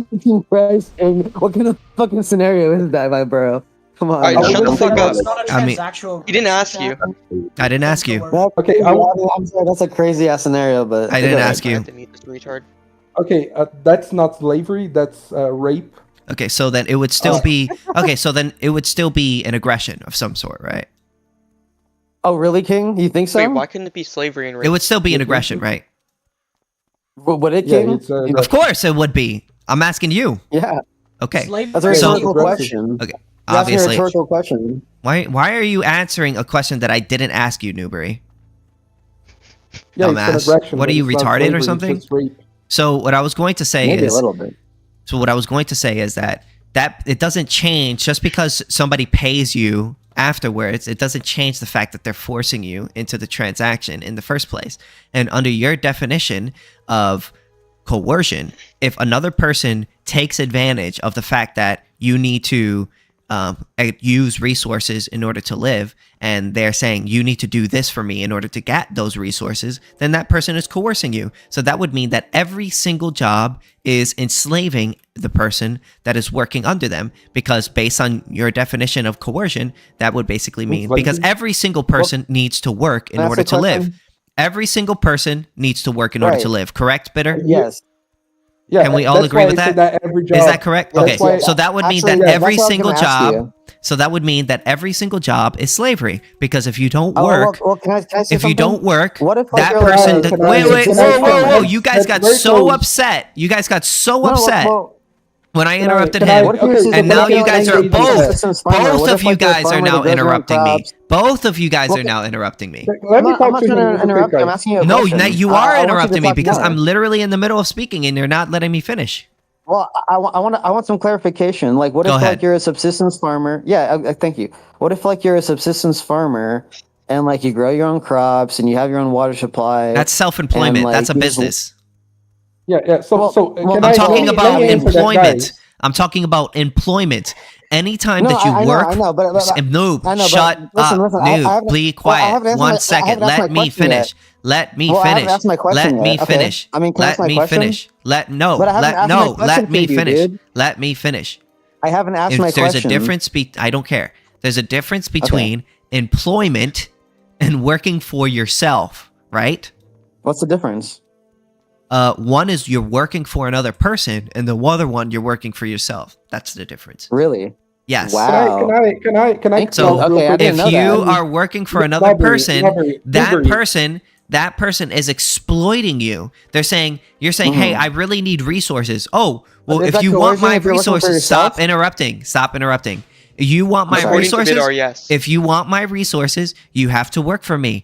And that means that basically, if you don't do this action for me, I'm not going to give But if you the you're working for resources. yourself, I'm is it not going to give you coercion, the King? resources in order for you to live. Thus, But that if you're means working that for every yourself, single King, is it job coercion? thus damn, you must be really scared of my answer because you keep interrupting. Thus, that would No, but mean you're not answering my question, brother. that would mean that every single job that you work for, that boss is enslaving you. So even if you're working for yourself and you're your own No, boss, and the reason why that is because another person, when you're working for yourself, no other person is forcing you to do anything. Okay, so can Right. I? So it's not. Okay, good. Thank you for answering that. Can I speak? Newbury, this was Yes. addressed to me, so I would like to speak real quick. Sure, go ahead. Because we're gonna have very different positions, you and me, probably, by your us? tags. Yes. Okay. Can you respond to what I just said, or? I can. I'm trying to. Okay, so slavery. I wouldn't say that every labor is slavery, because I think that there's something very specific in slavery, in most cases of slavery at least, which is the exploitation of labor. So in slavery, there is a person. That's what they're doing. They're exploiting your labor, are they not? Can I finish real quick? Answer the just question. keep going, you know, Just right? answer the question. You could just keep going, bro. Like when he says something, he's just like, you can keep going. Like, he doesn't fucking. Yeah, just keep dude. going. Just keep going. So, in slavery, there's a person that produces, and another person that is taking the production of that first person. That's what slavery is. I think that's slavery. I don't agree that every labor is slavery, because there are cases where people are able to labor for themselves. So as the self-employed farmer, for example, there isn't someone. But I didn't say all labor is extracting slavery. I didn't say all labor is slavery. I said all employment is slavery. You have a job, King? No, I don't believe this. This is what he believes. I don't actually believe this. This is what he No, believes. I'm asking if you have a job. Do you work, I do King? have Do you a job. Do you Yes, I have a income? job. It must be it must suck to be coerced. I don't believe this. This is what he believes. I'm critiquing his beliefs. He's saying, wait. listen, thinks it's Newbury. See, coercion? this is exactly why I don't like. No, bro, this that- is why you've been saying that exactly the whole everybody time, finds brother. you in this room to You're be a fucking fucking annoying. retard, man. Everybody finds you in this room to be No, fucking hold retarded on. because you Fucking- weren't listening to the conversation. I am not saying that I believe all jobs are slavery. I'm saying based on his standard of exploitation, what Bitter is saying? he would have That's to say, crazy. yes, he would have to believe that all work is all labor for another person is slavery, because if you, that means he basically said that if you work for another person and you need that thing in order to live, that person is exploiting you or coercing you because That's what he's saying? That's what he's saying, yes. And I'm Okay, saying, gotcha. My bad, my bad. saying that would mean that every single job is slavery, because every single job gives you resources that you need in order to survive. Yeah. Okay, I see. I'm sorry. I'm so sorry, brother. I love you. No, you're It just- good. You're good. You're good. You're good. You just needed to listen to me. That's all I was trying to say. But what I was trying to I'm say, so confused but about that. that's what he's basically saying. So based on that standard, it must be that every single job that you work for another person is slavery. Okay. I wasn't using the term slavery. You came up with the term slavery. I did. And what I'm trying to explain is that slavery is part of the jobs, but not all of them. Why is that? Every labor is coerced. I would say that. The reason is you don't have a choice. Even if you were like the scenarios, the crazy scenarios that the libertarians use, like Robinson Crusoe, like a man in an island, you still would have to labor. You're coerced to work because if you So don't, all you labor die. is slavery. All labor is coercion. So all labor is slavery because you're being forced. How can a non? Okay. Hold on. I have a really important question, because you said this earlier. You said this is to Bidar. So you said earlier that nature coerces you to work, right? Mm-hmm. How can a non-person coerce you? By the context. Wait, hold on. Maybe I wasn't here. Maybe this was defined by like you earlier. What do you think coercion is then? I would say in this scenario, in this discussion, coercion would be where you don't really have another choice. You don't think you have a choice to just die? I think that if you there are two possibilities for you to look at this discussion. If you look at the ideal discussion, if you discuss in the scenario of the ideas, yes, it is a possibility. But if you look at the material scenario, what do people actually do? Dying, in most of the cases, it's not treated as a real option. That's why I'm discarding it as a real option. And that's why I'm saying that the scenario can coerce you. Oh, well, I have a question. So if someone was trapped on a It is a real desert island, They have the option. It doesn't matter if they choose it or not. All that matters is they have the So, but, option. what They I'm can saying- choose to die. What I'm saying is that because most people don't actually choose it, because most of the time it's not even considered an option. They can choose it. it. It's not an option. I mean, most people don't consider masturbating in public, but it's still an option, right? They consider it a choice. You consider it a choice by virtue of choosing the other choice. Definitionally. No. What I'm saying is that in material reality, like if you ideally speaking, if you look at the ideal world, yes, you could always die. But when you look at material reality, we are biologically programmed to want to be alive. I don't care what you want. You can choose to die. Yeah, that's what you. Ideally, people could choose to die, but I'm saying that they don't treat that as an option because they're biologically programmed to want to be alive. They have the option. That's all that matters. Yeah, ideally the option is there, but in material Ideally, reality, there it's is not no really ideally there. here. They have the option. Period. There's no ideally. Period. They have the No, no. option. Like they have the option. I'm saying when I say ideally here. Okay, so what I'm saying is that logically, in the possibilities of existence, the option is there. But when you look at reality, at material reality, how do people work? what is in people's minds, they don't treat that as an option. The reason why they don't treat that as an option is because they are biologically programmed to want to be alive. Like saying that it's not saying it's not like a realistic option, like doesn't mean it's not. Like what that doesn't say anything about whether it's an option. No, that's why I'm trying to make the distinction between the material reality and the ideal reality. Like I agree with you that it is in the realm of possibility. Yeah, then treat it as though it is, but you're not. Sorry? You're not treating it as though it is. Like when we're actually talking about, I'm not. When you're saying, "Oh, nature coerces you to work," because we are biologically programmed to not treat it as. But then you're saying like, "Oh, in reality, like you have to work or you die." And then when we're dealing with that, you are like resorting to saying, "Oh, then you don't actually have a choice there." But like again, we've already gone over this. You do have a choice, right? You don't have to labor. Nature's not coercing you. Nature's not forcing you to labor. It's just that the other option isn't very preferable for most people. It doesn't matter if you're biologically predisposed to do this thing. You can still choose to do the thing. Doesn't matter.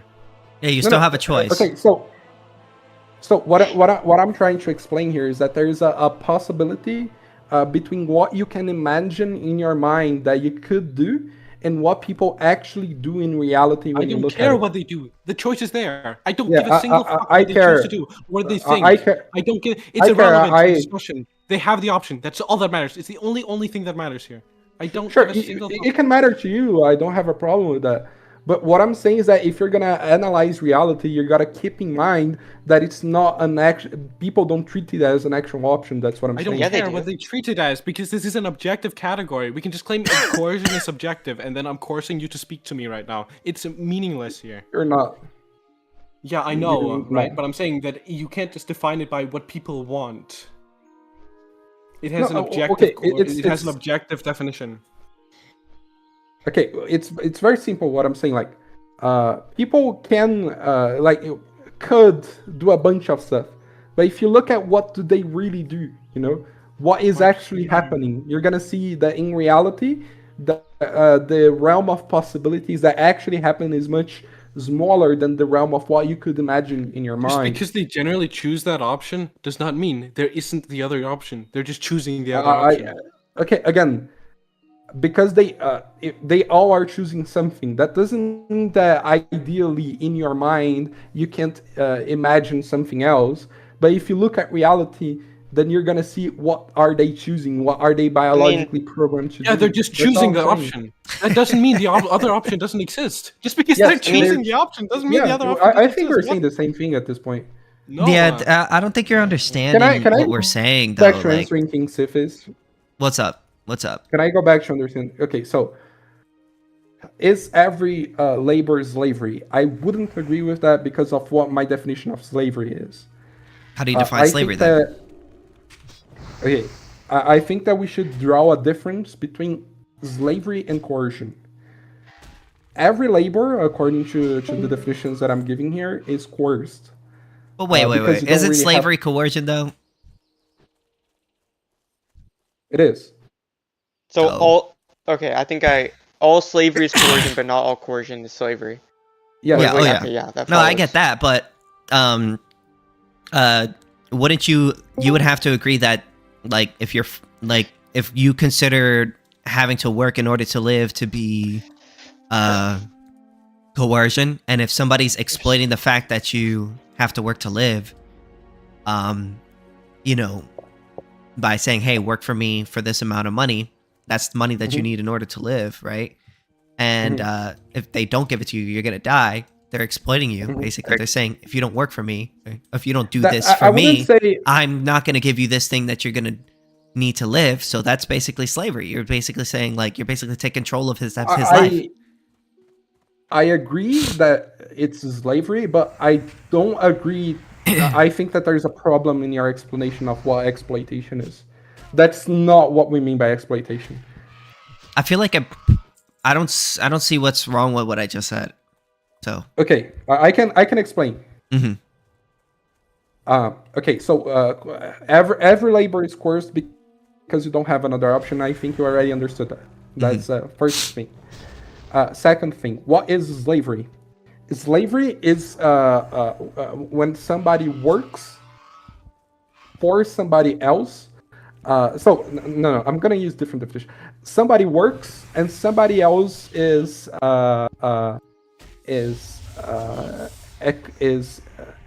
acquiring part of what the first person produced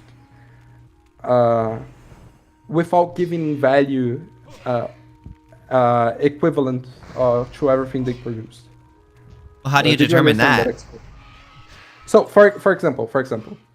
So wait. Wouldn't like an underpaid employee be enslaved basically because they're not being paid to the amount they're being produced or producing or whatever? Yes. Okay, so then what did that apply to, like what I just said? Yes. Okay, so then labor is slave. So working for another person is slavery under your definition. Yes. Okay, so then we. Okay, so what's the problem? Okay, so now to exploitation, which is the problem that I have with your definition of exploitation. Exploitation means extracting something. So for example, I think in English they use this dudes like, oh, we're exploiting this mine, you know? It means that you're extracting coal from the mine, you know? Mm-hmm. Exploitation means specifically that somebody is producing a certain amount and they can only keep part of what they produce. The rest of it is extracted by somebody else. Mm-hmm. That's what exploitation is. Your definition of exploitation was taking advantage surplus value of nature's. Yes, surplus value. But the problem is, if that's slavery, both then parties profit. Yeah, like then doesn't the proletariat exploit the bourgeoisie because the proletariat also profits in the exchange? Yeah, that is true. So, for instance, I could better explain what he just said. Basically, if you're working for a business that is making less profit off of your productivity, because there are businesses that lose money. We can both agree with that, right? Mm-hmm. So if you're working for a business that's losing money, then they're paying you more than what it cost, than the value of your productivity, mm-hmm. right? So wouldn't that mean that you're exploiting that business owner now?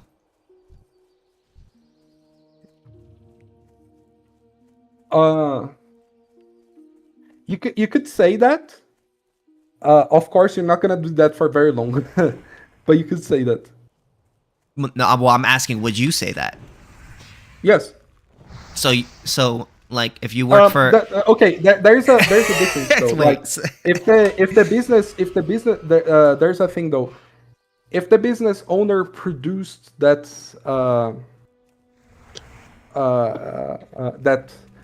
value himself, or if he extracted it from other people, for example, because you're extracting from somewhere, not necessarily the owner of the company, but you're taking from somewhere. You're taking the value away from a place and into the business that is unproductive. Yeah, but basically, so for example, if you, it's not your fault that you work for a. I mean, like, if you get hired for a business, right? It's not your fault that they're like not making that much money. I'm not saying anybody's at fault. So, for example, if I can talk about, for example, science real quick. People that work in science, mm-hmm. most of the time, of course, that there are scientific discoveries that produces lots of value later after it becomes economically viable. But that's not most science, right? Most science doesn't have immediate use, for example. But most scientists are paid, right? But if scientists are not producing something that has economical value, but they do receive money that has economical value that they can spend to eat, they are taking that value from a place in the economy that is not from their own labor.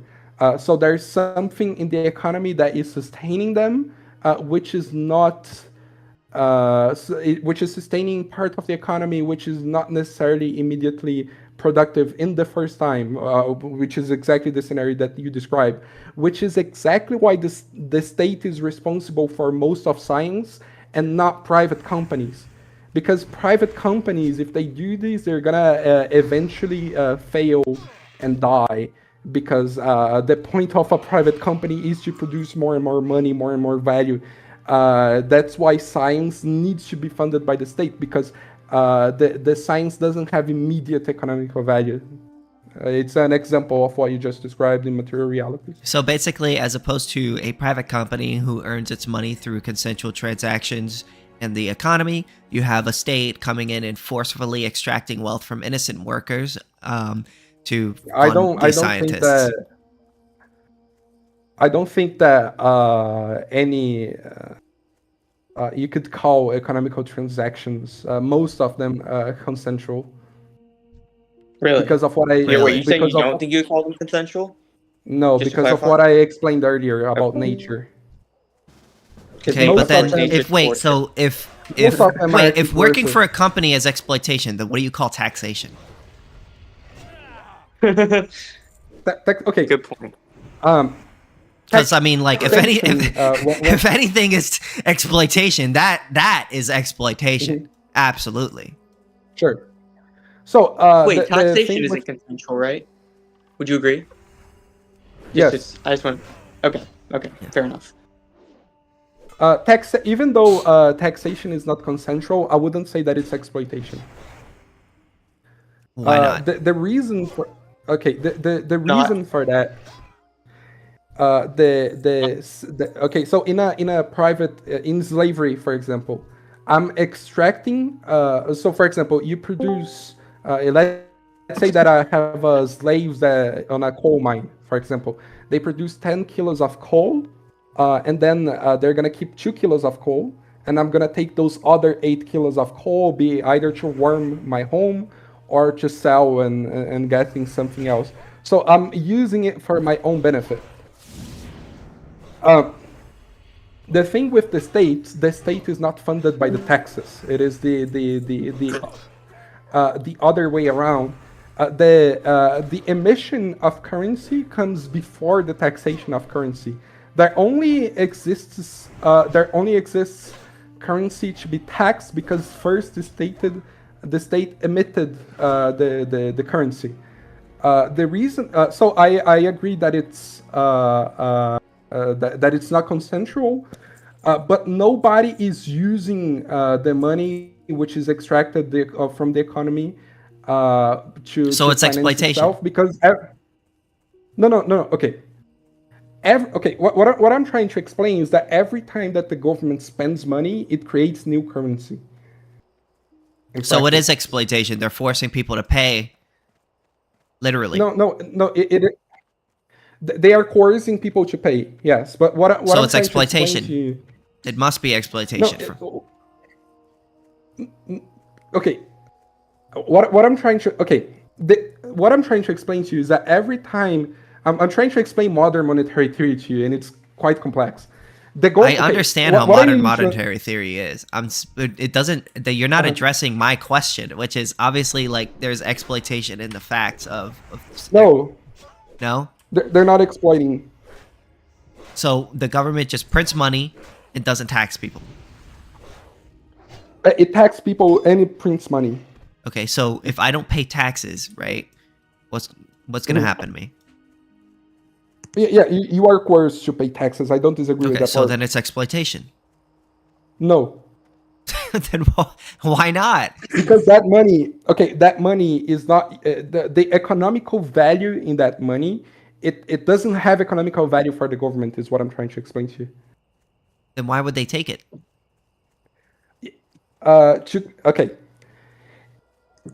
They take the money from. There are two reasons mainly. To force the flux of the currency. Taxing the people. When you tax them, you tax in a specific currency, and that helps to force the use of the currency. They're not taxing it so they can use the money for themselves in a certain way. They tax it so that money has economical value.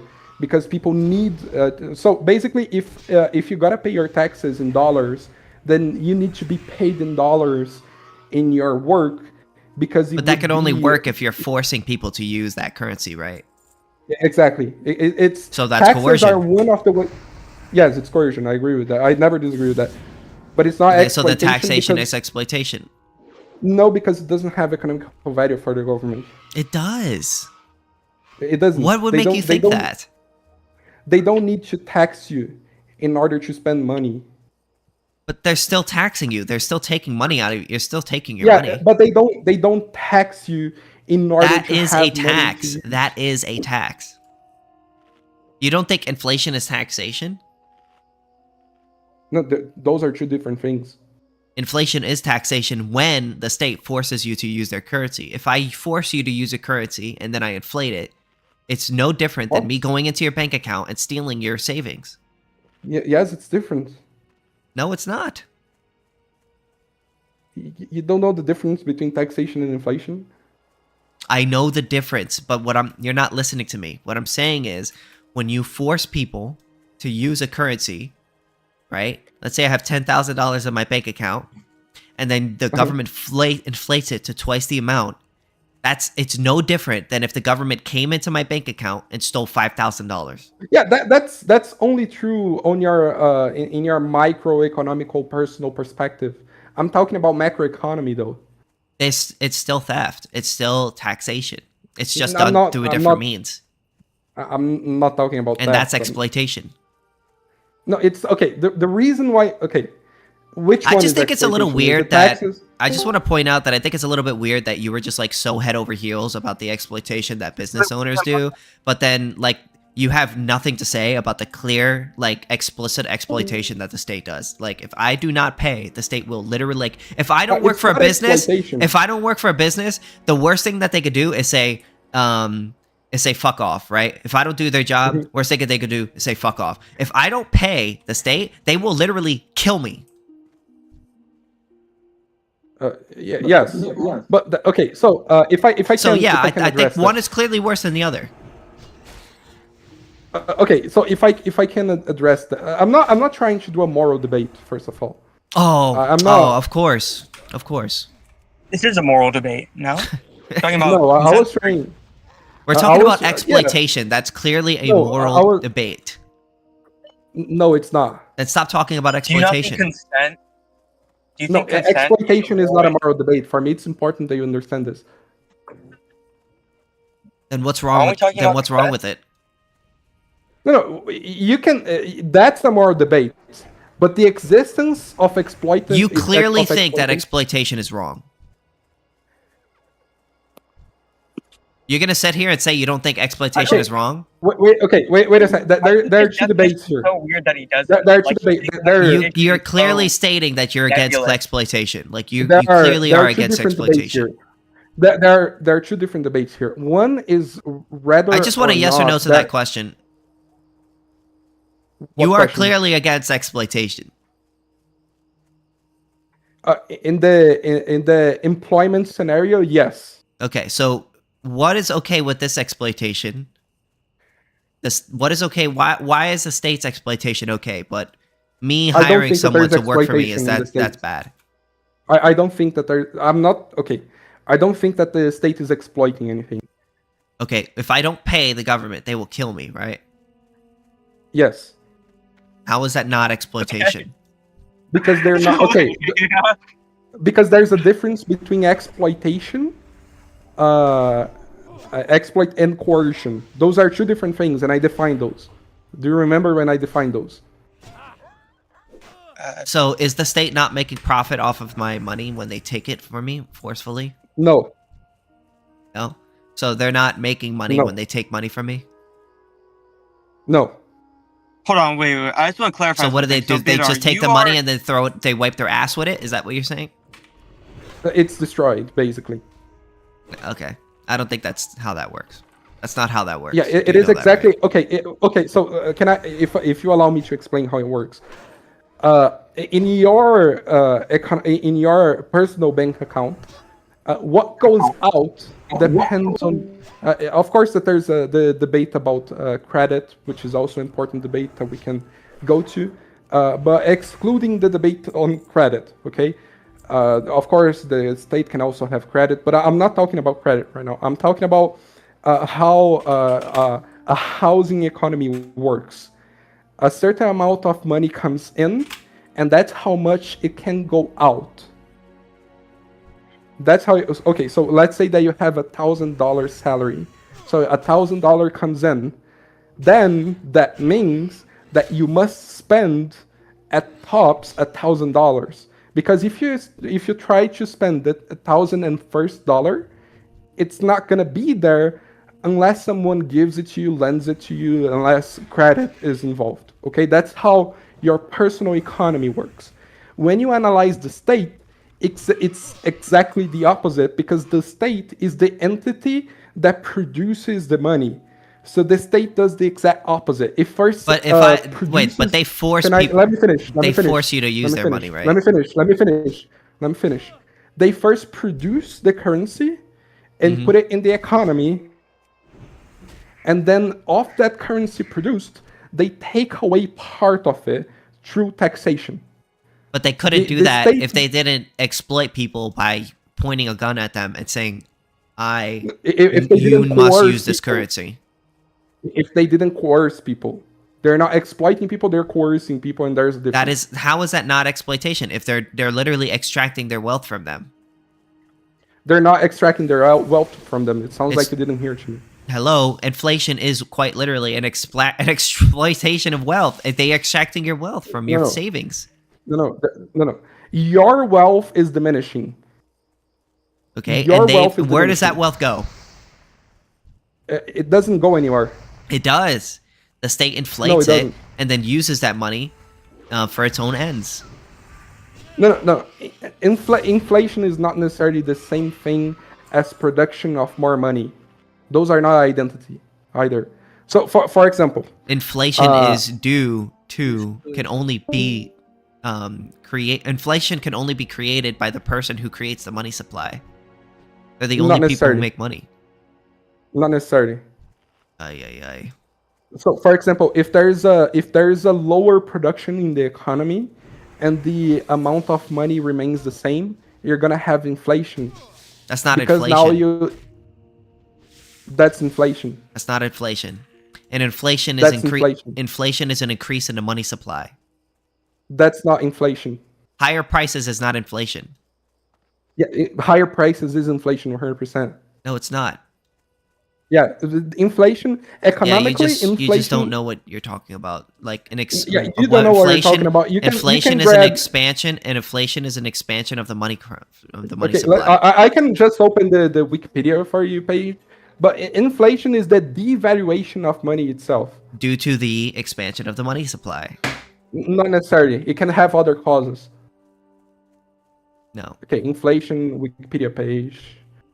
Inflation English Wikipedia. Just because you raise the price of something does not mean that you're inflating it. Inflation is due to the expansion of money supply. Not necessarily. I can give you other examples of inflation. Okay, so how do you inflate money without expanding the money supply? No, how? Okay.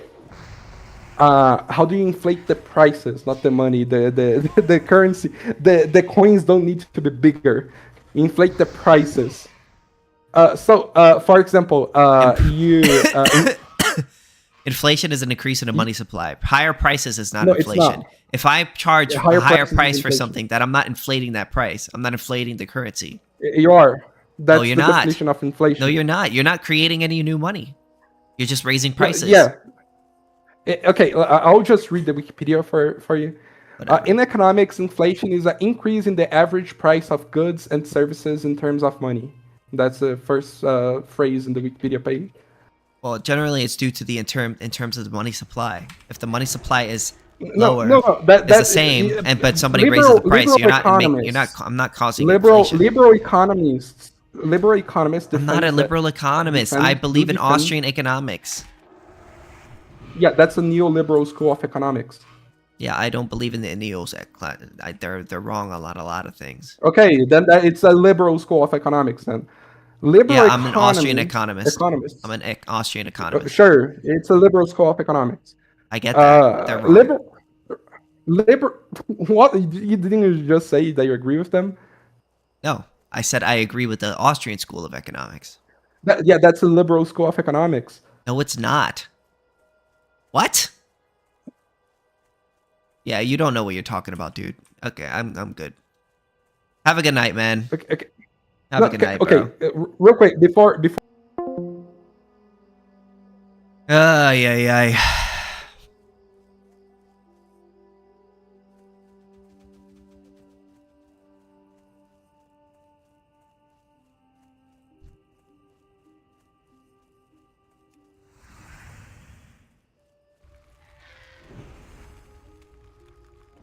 There's only so much brain rot I could take from that guy.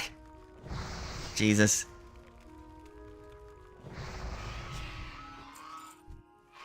Man, this has a terrible drop rate.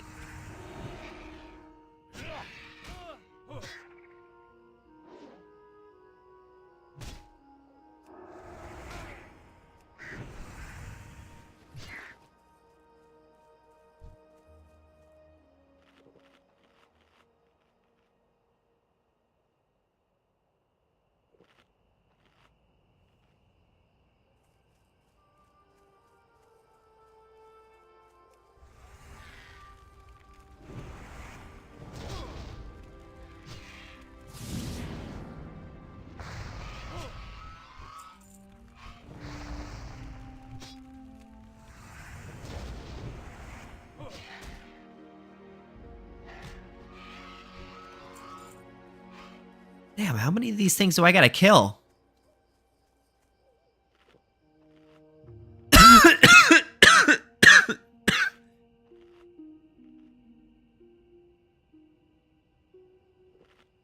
What channel did I go to? Oh, I just left. I just left because I was tired of talking to that guy.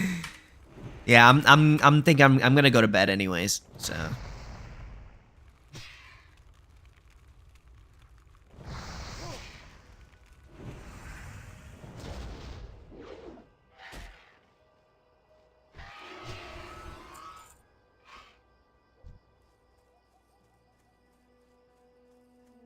Alright, let me turn in my quests, head to the inn, and then call it a night. Alright. Yeah.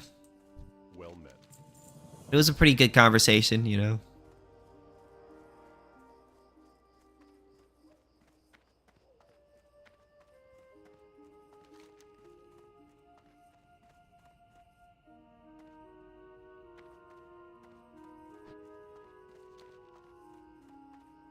Head to the nearest inn. Call it a night.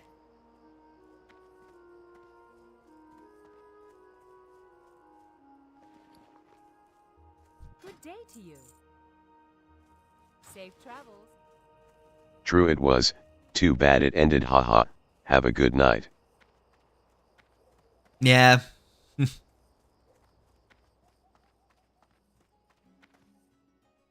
Alright, that's it. Have a good night, everyone.